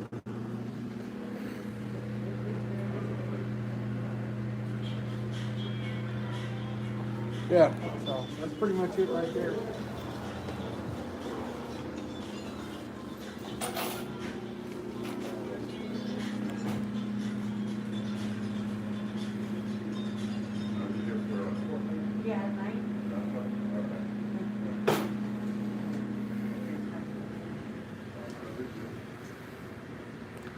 What's your name and badge number? It's right there. It's right there. That's pretty cool.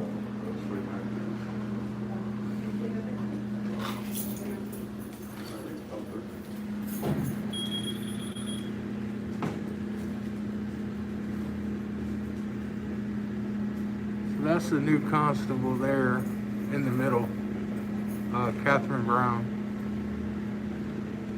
That's her being sworn in. Yeah, I was looking for that lady. Oh, okay. And this is her staff. And I think that she, if I'm not mistaken, she's the first African American constable for this, African American female constable for this department. Is that right? She is Miss Brown, the first African American female for this office. Bear County? As far as I know. As far as I know, right? As far as I know, right? Yeah. I've only been there a couple years. Do you know where she came from? Prior to here? From Bear County Sheriff? Yeah. Catherine Brown. She's the supervisor for Dang, I know her. I know her. I'm trying to remember. Brown. Admin? She worked in admin?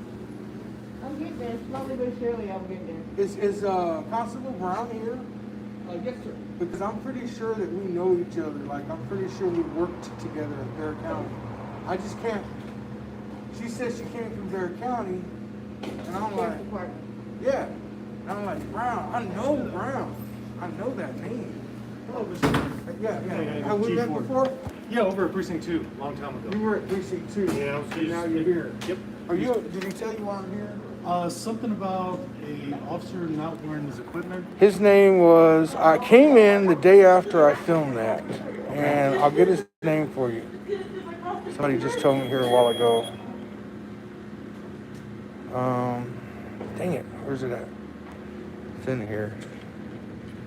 Paul Trevino. Paul Trevino. It was about 4 months ago, and what happened was I was out doing my thing, and I came across this saws was dig this huge hole on the east side. Okay. It was interesting. There was no cops there or nothing. We just stopped, and I was just checking that out. They were cool with it, right? Okay. It was cool. I mean, you could have fit a big old truck, semi. Yeah, that's pretty interesting stuff. Yeah.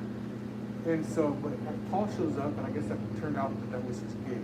That was his traffic gig. And he showed up, you know, and turned on his little lights. We walked over to where we were at. And he was like, hey, you know, can y'all just get out of this, whatever. And I'm like, this is a sidewalk, man. And we were like, so we talked to these guys already. They're cool. Well, yeah, but we can't have this here. I'm like, I look at them. It's all on YouTube. I look at them, and I honestly thought, okay. Police. Like, are you a police? I am. Where do you work? Bear County. Bear County what? Bear County. Okay. Parks and Recreation? Where's your gear? We got no gear on. Oh, so you had no gear on. No Okay. gear. And I thought, well, we had a little holster right there, right? Nope. And I'm like, you got ID, man? You do have ID. Yeah, you know ID for me. You do have ID. You got police on your jacket. You know that. I honestly thought we had somebody Yeah, it sounds reasonable. So he said that he had ID, and we walked over to his car, and it's all on video, man. He did pull out his ID and give it to me. And that's on your website? Yeah. And it was Paul Trevino. He was here at Precinct 4. So I honestly thought, well, it turns out that he did forget his gear. At the end, he went home to get his gear.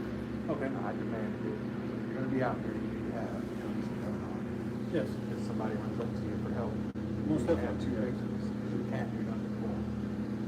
So, but during the entire encounter, I honestly thought he was either drunk or he had some medical issue by his demeanor. And if you see the video, you'll understand why. Yeah, I'm definitely I didn't smell any alcohol. His walking was fine, but he looked like he was, maybe he was on some medication that just impaired his abilities, but he looked impaired.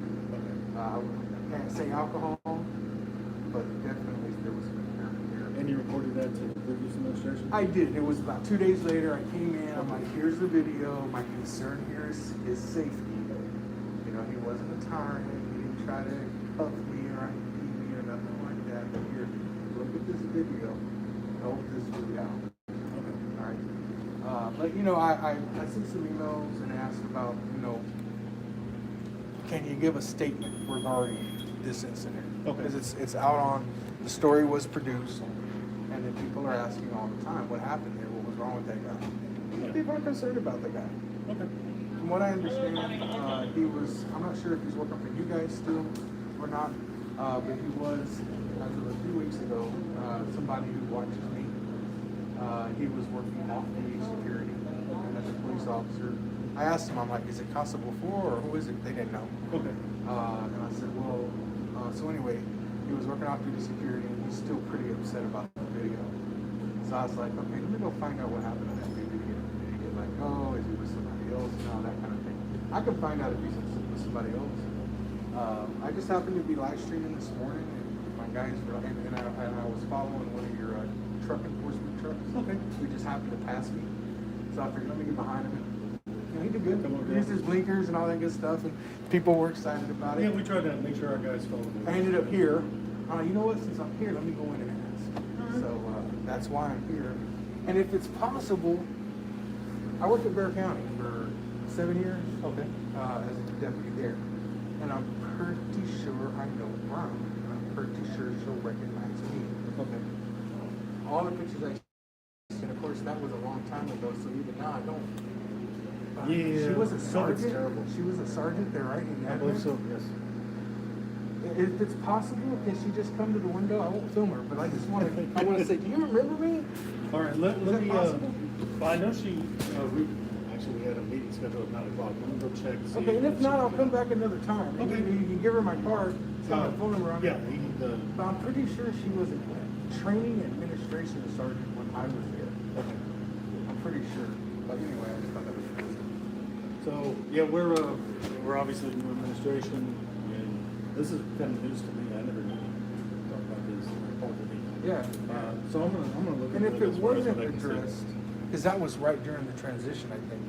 So if it was dropped by the previous admin and it was never addressed, Yeah. then it's something That's something we need to do follow need up to on. I agree. figure out what happened that night.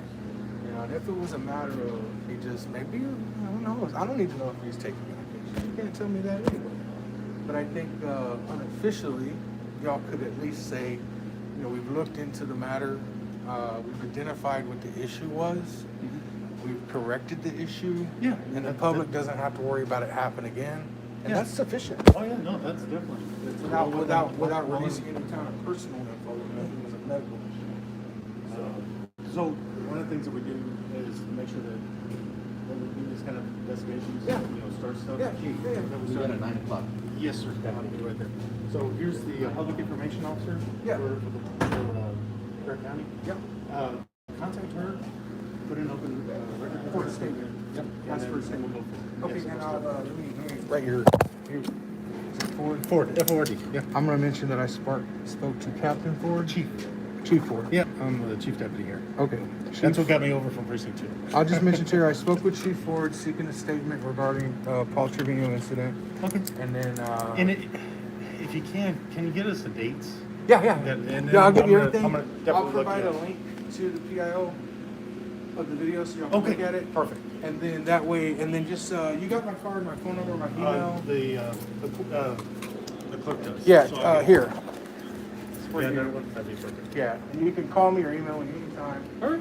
I appreciate it, my All friend. right, I thank you very much. Yeah, and I'll See try y'all to get you later. the information. All right, and then I give Miss Brown my number. Tell her I believe I worked for her when she was a sergeant and admin under training. Okay, sir. Yeah. All right, thank you. Yes, sir. Thank you guys. I appreciate it. They want to know. They want to know who you guys are. So they said, "Why didn't you ask them their name and badge numbers?" No, you guys are doing good, and they want to know. They want to know who the good ones are here. So I told them I would find out. So what's your name and badge number? Oh. Well, I'm Deputy Robinson. Do y'all have badge numbers? I didn't see one on your badge. Y'all don't have badge numbers? We have numbers, but we don't have it on the back. Like employee numbers? Yeah. We're support, so. Yeah. This is support. 5 digits, 6 digits, something like that. Okay, so you're Robinson, and you're Deputy Peacock. Okay, I appreciate it. So yeah, they're good to go, guys. Yeah, they said they were really nice. Are they? They're like, are they deputies? They were really nice, and I'm like, yeah, they're deputies. I mean, there's too much going on. Right. Yeah. Just customer Yeah. service, cordial. Yeah, right on. Okay, thank you. I'll see y'all later.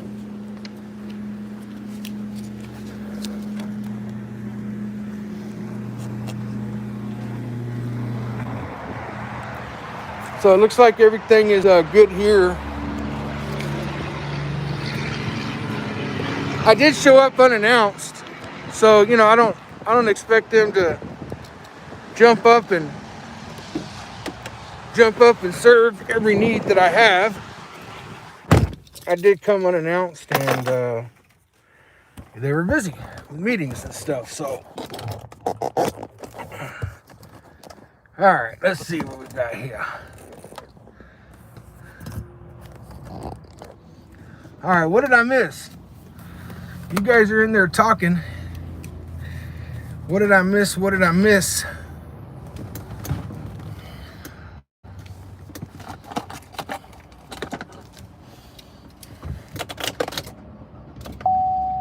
Testing. System ready.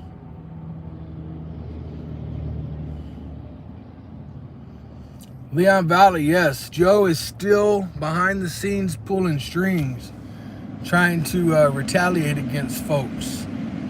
He's still there. I mean, he's not there as police chief, and he's too much of a coward to show his face at any of the meetings.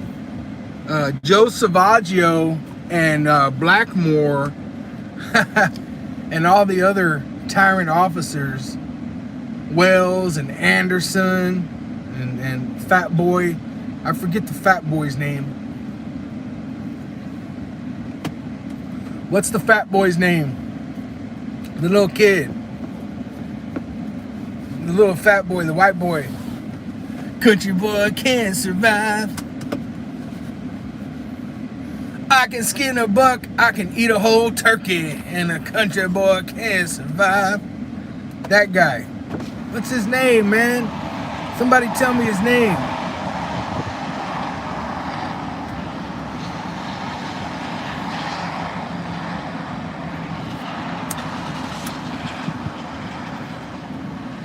Yeah, did y'all see the video where Joe Savaggio got punked by Eric Mata? That he was at that political meeting and he tried to assert his perceived authority over Eric, and he got punked out because he couldn't do shit. Did y'all see that?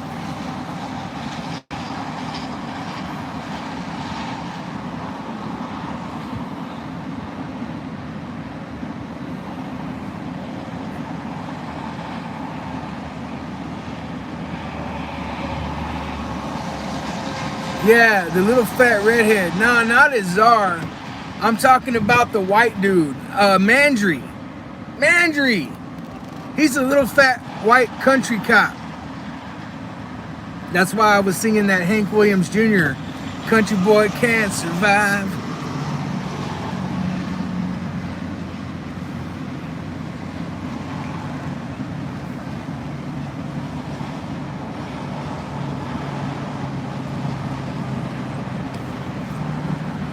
No, it's Mandry. Mandry's the little kid. He's the young looking fat dude. Hey Andy, we got to release that video of Leon Valley raiding that AC business so everybody can see what a joke their SWAT team is when they do a dynamic entry. I have video footage of the so-called Leon Valley SWAT team consisting of that little fat ass Mandry and oh my god, I have camera footage of the inside of a business that they raided. They did a dynamic entry, and my god, it's the funniest thing in the world. I'm talking muzzle sweeps, high fives, sunglasses inside, wearing them California Highway Patrol sunglasses inside the building. Oh man, it's so funny. I've been holding on to that video for quite a while because of legal things that were going on with that situation. So at the request of their counsel, I've held on to that video, but yeah, man, they did it. They sure did it, and they've hidden that from the public. They sure have. But all the tyrant cops that we know and love so well, are part of that dynamic entry team. And you know what they found? Hey, guess what that SWAT team found when they did a dynamic entry onto that air conditioning company? Guess what they found? Come on, somebody guess what they found. First person to guess what they found wins. Nothing. Lady Zaga got it right. And so, yep, y'all got it right. Jack squat. Their dynamic entry team didn't find jack shit. Nothing. Oh my gosh. It's gonna be so funny. They look, oh, they were a joke. I'm trying to figure out if I can put some Benny Hill music on it and still stay monetized. Or maybe I'll just do the original video, but then I'll turn around and I'll do some Benny Hill stuff. Oh my God, it's so funny. You know, the thing is I don't think any of those Leon Valley police officers are certified in SWAT tactics, number one.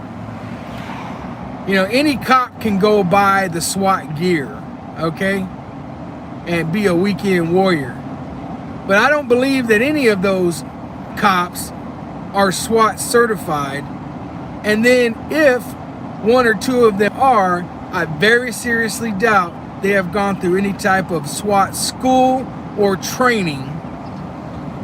And if they did, they must have been sucking off the instructor to get a passing grade. Because based on their dynamic entry tactics, it's a funny one. Leon Valley SWAT team. Same ones that came into my house.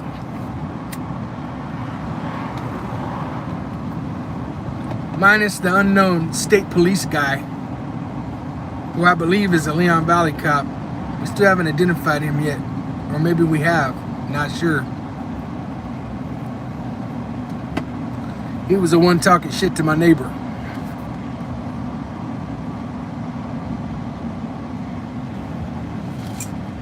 Yeah, Andy, we gotta work on getting that video out to the people.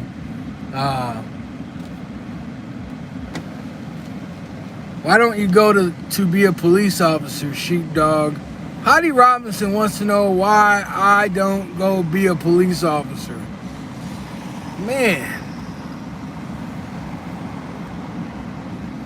You know, if I could have like 1 month where I'm not under some type of criminal charge for pissing off the police, then that might be an option. But if you're under charges, you can't be a cop.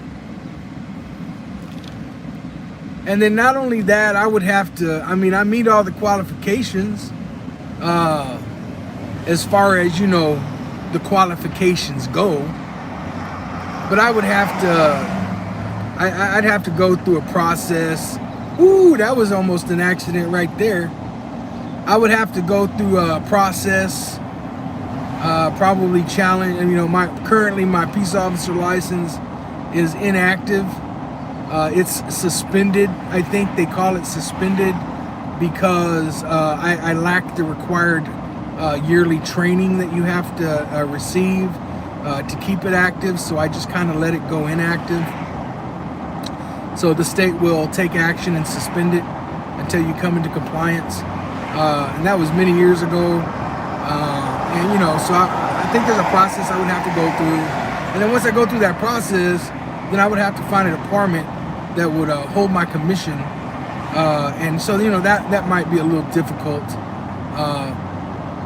but I can't say that I'm ruling that out.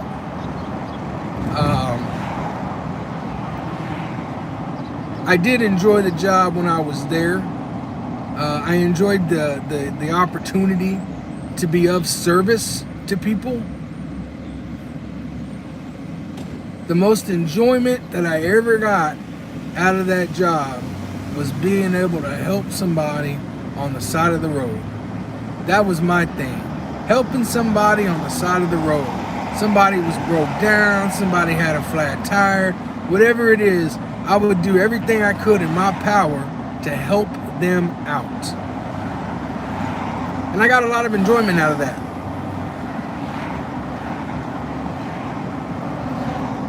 Guy throw my lights on and help them out, you know, stay safe from the traffic passing by, and you know, give them a ride up to a store, or help them change their tire, things like that, man. Hire me at AAA. Nah, you know what? Hire you at AAA. But no, AAA is one of those jobs too, where you're in a position to really help people out that are in good. I mean, it gives you an opportunity to help people out that really need help.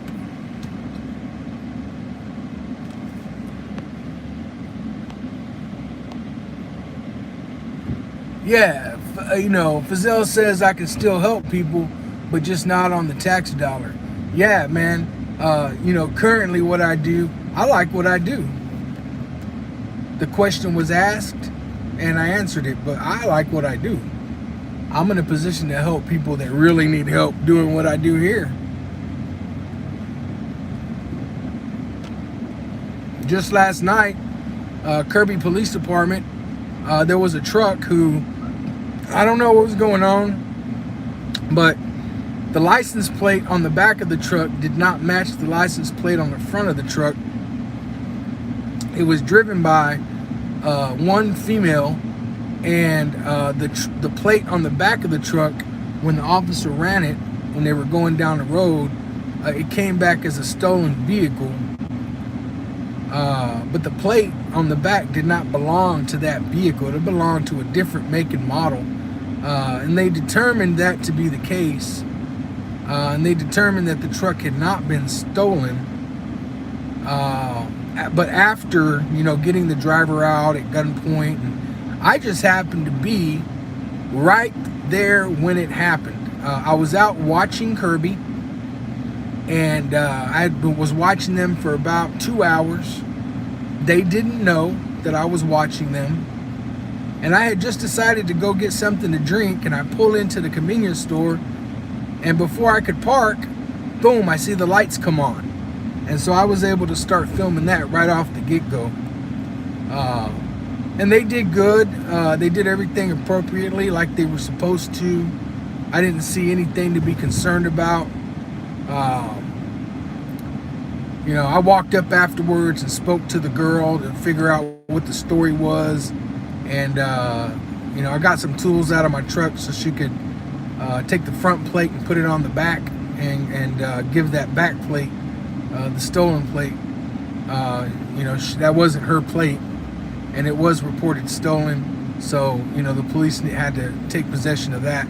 But, you know, I helped her out in that sense. And let her know, you know, we were there filming, you know, to ensure her safety. You know, keep the police from whooping up on people.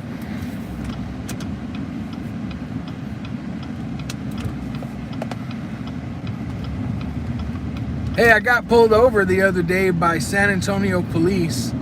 I was out cop watching, and I was on the highway, and I got pulled over. Guess what I got pulled over for? And I got a ticket. Guess what I got pulled over for?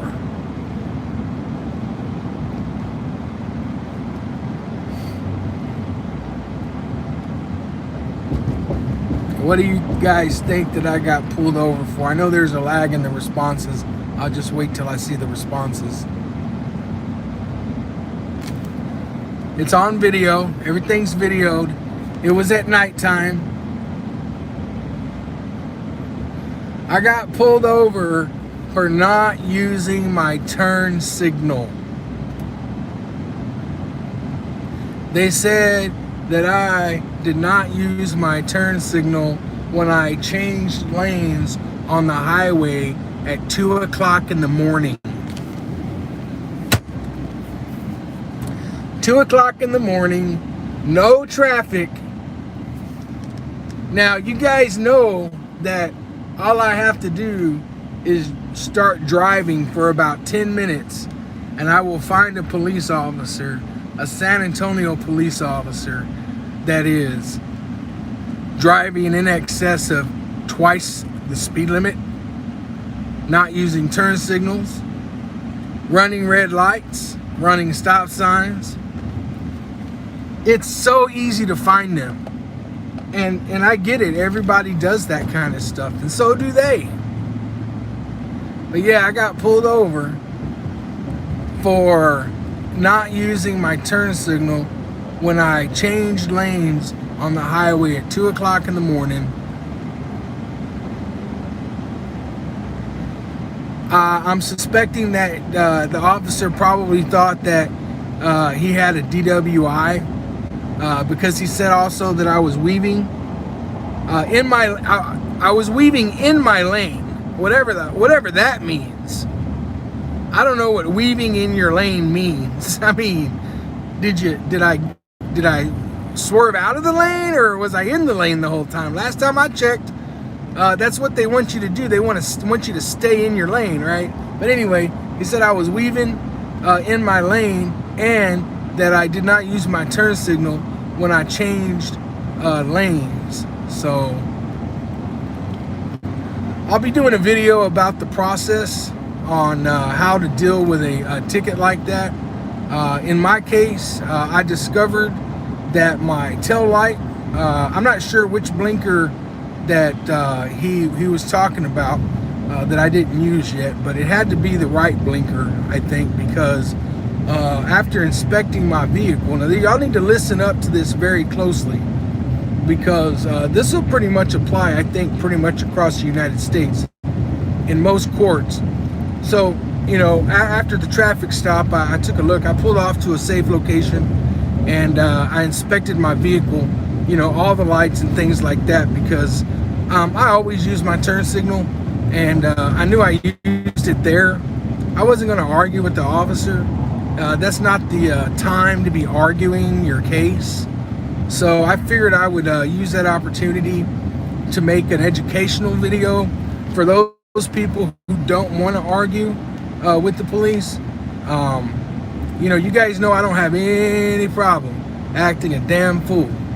But I figured I would make a good video about how to deal with the police if you're the type of person that just wants to deal with it without hurting their feelings. So I conducted myself appropriately, and I received my ticket. I didn't say anything that would be incriminating. I didn't answer any questions. The officer didn't ask me any questions, but anyway, he just gave me my ticket. I pulled off to a safe spot because, you know, my concern at that point is, I know I use my turn signal, so do I have a defective equipment? Do I have a light that's out? And if I do, is that affecting my brake lights? You know, what kind of warnings do I have behind my truck? And then I went ahead and so I got out and looked, and it turns out, I mean, both of my turn signals were working. I checked them both out. They were both working.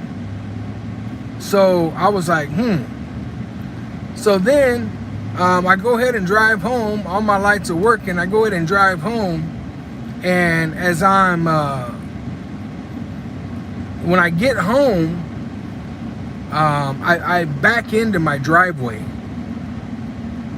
And as I'm backing into my driveway, when I hit my brakes, I could tell that one of my tail lights was not working, the brake lights. And on my truck, the brake light and the turn signal are the same light. So basically what happens on my truck is when you hit your brakes, the light bulb illuminates. When you turn your turn signal on with your brake on, all that happens is it cuts the power intermittently to that light that's already illuminated, and it makes it blink. So anyway, I saw I didn't have brake light. I went back there. Sure enough, the brake light and the turn signal lamp, which is the same thing, wasn't working. So I went ahead the next day and I took it apart, and if you tap on the bulb, it works. So basically it was, I took it out, it was a little corroded. I mean, this truck is like 6 years old. It was a little corroded. I want to say probably the contact wasn't good. So I just went ahead and bought a new bulb, cleaned that socket out, put some the little grease stuff in there, put a new bulb in. I went ahead and changed out the other bulb as well, just to be on the safe side. and the problem is fixed. So I believe that I did use my turn signal, but I had a defective light bulb, which is what's called defective equipment. And I don't know about your state, but in Texas, if you have defective equipment and you're able to show the court that you have remedied that by either a receipt from a mechanic, or in this case, I'm going to go up there with a receipt for the new bulbs, there's a very, very, very good chance, and I believe the law even addresses what the court should do in this situation, and that is dismiss the ticket with a small court fee, generally around $10 or $15, maybe $20, and which is quite cheaper than the $220 for failing to use a turn signal. So the point is, if you are cited for not using your turn signal and you did use your turn signal, find out why that turn signal did not work, get it fixed, and then present that evidence when you go see the judge. You could probably get it dismissed.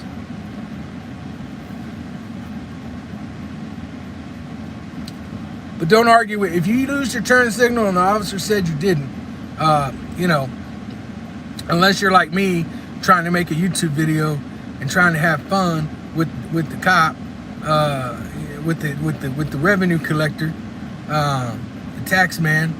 If you're not, unless you're doing that, just don't. It ain't gonna do you any good to try to argue your case with the cop.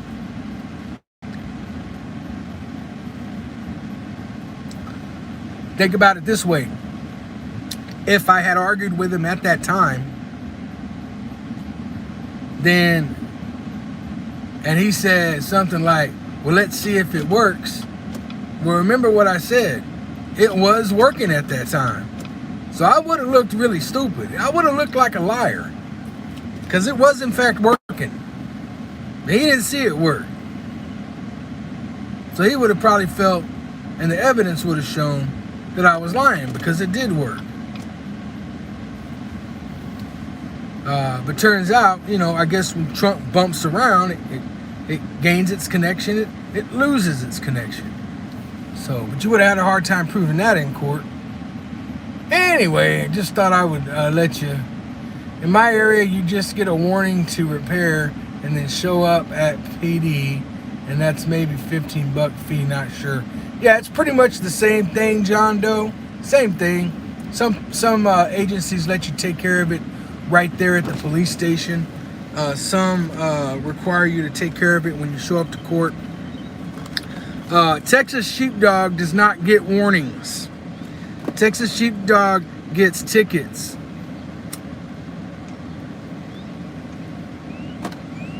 That guy did not even ask me for my registration or my insurance. When he walked up to the door, he had cameras pointed at him. He knew exactly who I was. And he didn't ask for shit. He explained the reason for the stop, wrote me the ticket, and he went on his way. I'm gonna get tickets. They're not giving me no warnings. They could use discretion and not write a ticket. But I'm not, me enjoying the privilege of getting a warning on a traffic violation, those days are long gone. And that's okay with me.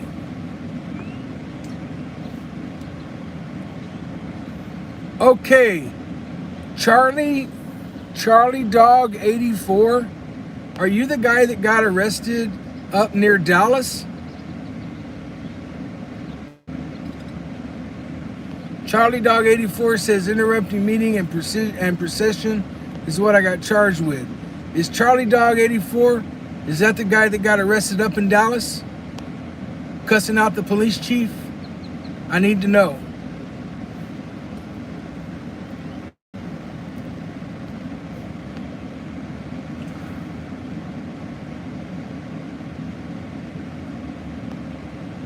Charlie Dog 84, give me a yes or no if you were the guy that was cussing out the police chief at a Black Lives Matter rally and you were arrested.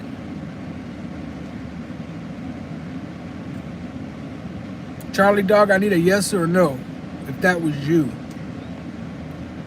I saw a guy get arrested. He was cussing out the police chief. It was at a Black Lives Matter rally, I think in DeSoto, Texas. All right, moderators, can you please post my email and phone number for Charlie Dog 84? I need Charlie Dog 84 to give me a holler.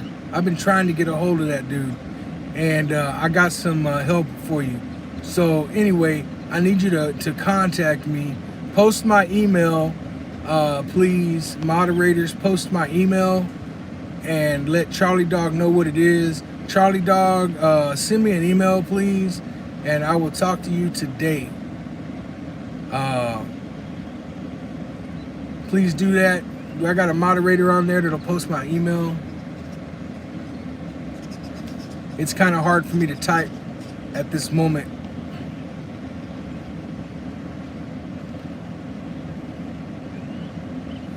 This had, from what I saw, and I'm not speaking for Charlie Dog 84, but from what I saw, Charlie was not out there participating in a Black Lives Matter procession. Not that that's a bad thing.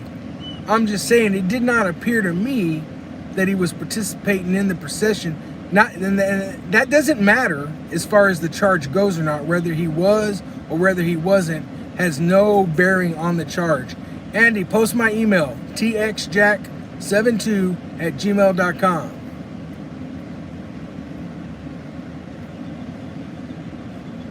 TXJack72@gmail.com. Charlie Dog 84. Please send me an email with your contact info, and I'm going to talk to you about that whole situation. Thank you, Andy Garrett, for posting that for Charlie Dog. Charlie Dog, there's my email. Send me a message. So, Charlie Dog's arrest up in DeSoto, Texas. Let me talk about that for a minute. Let me talk about that. So, I don't know any of the details. Charlie Dog knows, and I want to talk to him about it. But let's talk for a minute about, based on what I do know. I watched the whole thing. I watched everything he did. I watched his bike ride all the way up to the rally. And I listened to every word that he said. And it appeared to me, now remember, I don't know all the facts. I'm going off of what I saw and what you saw. We all saw the same thing. Charlie Dog apparently has an opinion about the police chief. And Charlie Dog was letting the police chief know what his opinion was of the police chief. And his opinion is not roses, all right? His opinion is not very supportive of the police chief. Let's just put it to you that way. Charlie Dog expressed that he did not like that police chief at all. And he expressed why he didn't like that police chief. He used profanity over and over and over again, letting that police chief know how much he despised that police chief. And from my standpoint, everything that Charlie Dog did was completely legal, and his speech was the kind of speech that the First Amendment is most effective for, and that is unpopular speech. His speech definitely was not popular with the chief. It wasn't popular with the officers that were walking next to the chief. And as hard as it is to believe, the chief or the police are claiming that Charlie Dog criticizing the police chief and cussing at the police chief was not okay with members in that Black Lives Matter procession. Believe it or not, right? That's what it appeared to me. Now, I'm sorry. You're going to have a hard time convincing me that anybody at an anti-police rally is, or at an anti-police misconduct rally, because I don't want to mischaracterize what those folks were marching for, because I don't know exactly what they were marching for. I'm assuming it's Black Lives Matter, and from what I can tell, Black Lives Matter deals with ending police brutality and the racial disparity associated with the type of brutality that is directed at African Americans in our country, which is one of many problems regarding police brutality. But anyway, I find it hard to believe that any member of a group that is out marching against police brutality is going to be offended or have a problem with somebody calling the police chief a piece of shit. So I'm very interested to, from what I understand, Charlie Dog was arrested for interrupting a meeting or procession. And if you watch the video, I'm sorry, that was a contempt of cop arrest. Just like all the other bullshit charges and arrests that they launch against people when the police are not happy with what you're doing. It's a bullshit arrest. It's a bullshit charge. There's no doubt in my mind that it's going to end up with a dismissal or a not guilty by a jury. Because in Texas, there are certain elements that you have to meet in order to commit the offense that he was charged with, and Charlie Dog did not meet, did not engage in all of those elements. He engaged in some of those elements. Some of the elements exist, but not all of them. And in order to establish probable cause for arrest, every single element has to be present. I'll give you an example. Criminal trespass. The elements are: you have to be standing on the property of another, meaning that it can't be your own property. It has to be the property of another. You have to have been told to leave and refuse to do so, or you have to have been told to leave and not return, and you return. And you can, and it also, and your presence on the property has to be without effective consent of the owner. So let's say you're on somebody's property and it's not your own. That's one element met. And let's say you were told to leave and you refused. That's another element met. But guess what? What happens if I told you to leave, but my wife said you could stay? Then it's not trespassing, because you have effective consent from the owner to be there. Even though one owner wants you to leave, the other owner says you can stay, you're not committing the crime of trespass. You're almost committing the crime. The police almost have probable cause.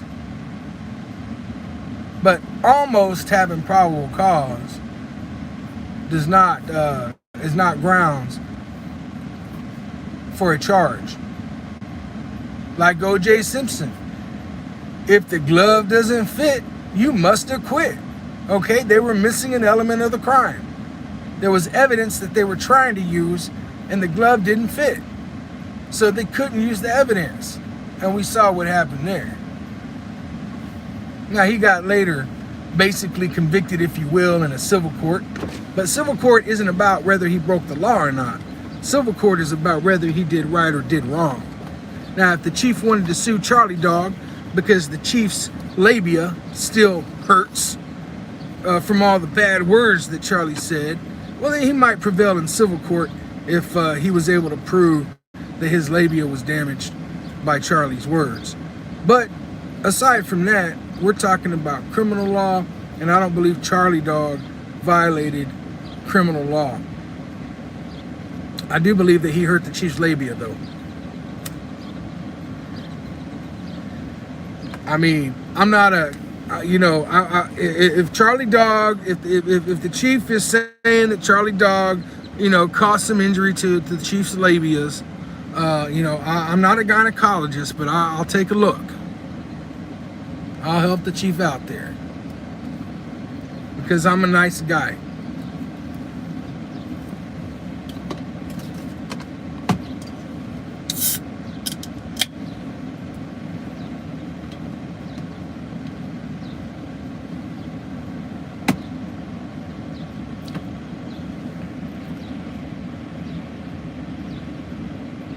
Uh-oh, what did Heidi say?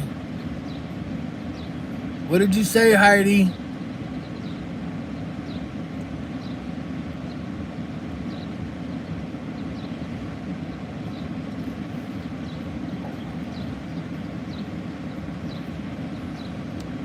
I see Heidi said something. What did she say? I'm going back through the comments.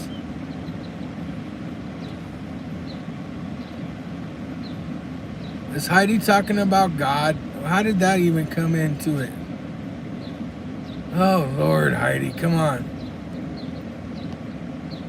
What did you say, Heidi? You made some people mad. I don't know. Say it again, Heidi, so I can see it. Heidi, say it again so I can see what you said that got everybody all in the uproar.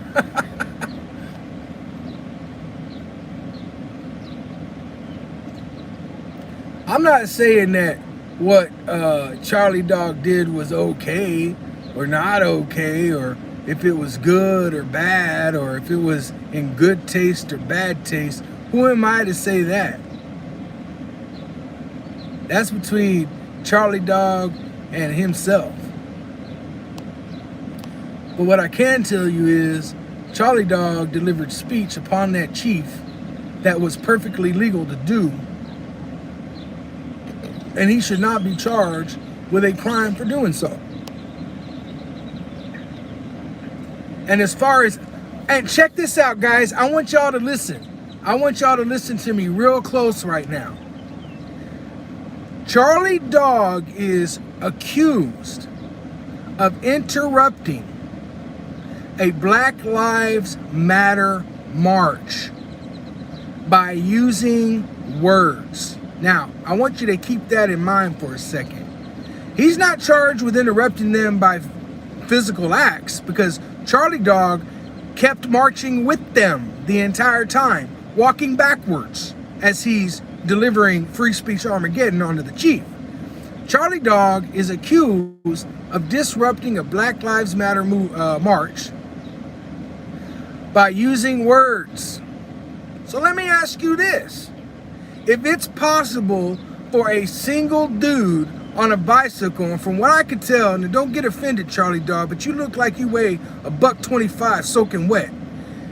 How can a guy that weighs $125 soaking wet stop a Black Lives Matter march?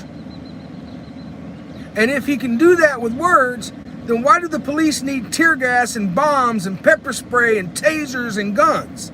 Why don't they just get out there and disrupt these processions and riots and gatherings that they don't like with words?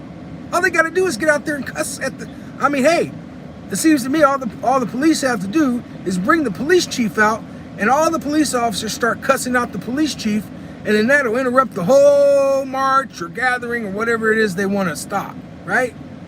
How stupid is that? Yeah, there you go. Lady Zaga says just hire Charlie Dog 84. All you police departments, you police officers that are watching right now, if you guys have a Black Lives Matter movement happening in your city because you did something wrong to a black man or a black woman or a black child, you don't have to call out the National Guard. You don't have to bring out your tasers and your guns and your smoke bombs and tear gas. All you got to do is call Charlie Dog 84. He can just go out there with his mouth and stop everything.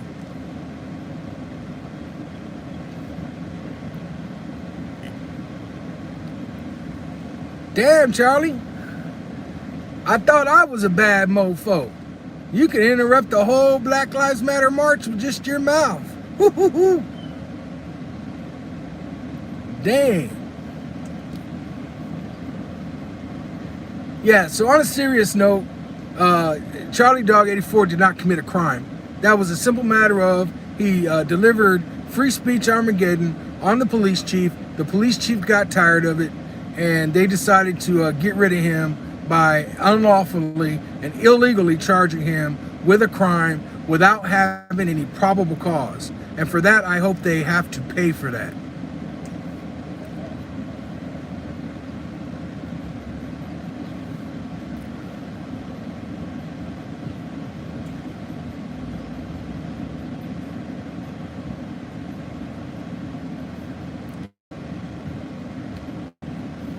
Free speech Armageddon. I don't know. Yeah, in America, Amy says, "Who's the victim?" I'm gonna talk to Charlie Dog 84 about that and try to get some facts and details. I'm curious to know who the victim is. I'm curious to know. The facts that support this claim that Charlie Dog interrupted this Black Lives Matter march. I can't wait to hear. I've seen some pretty ridiculous police reports that try to articulate bullshit that did not occur. I've seen some pretty ridiculous police reports myself. I saw it when I was a cop. I've seen it as an activist. Police trying to make up probable cause. I've seen some pretty ridiculous stuff. I'm thinking that this one might take the cake. I've never seen a person arrested for interrupting a large procession of people with their mouth, with their words. And I did get a statement from the DeSoto Police Department who indicated exactly what Charlie Dog was arrested for, what his bond amount was, and that PIO included that he had never seen a charge like that in his 21 years in law enforcement.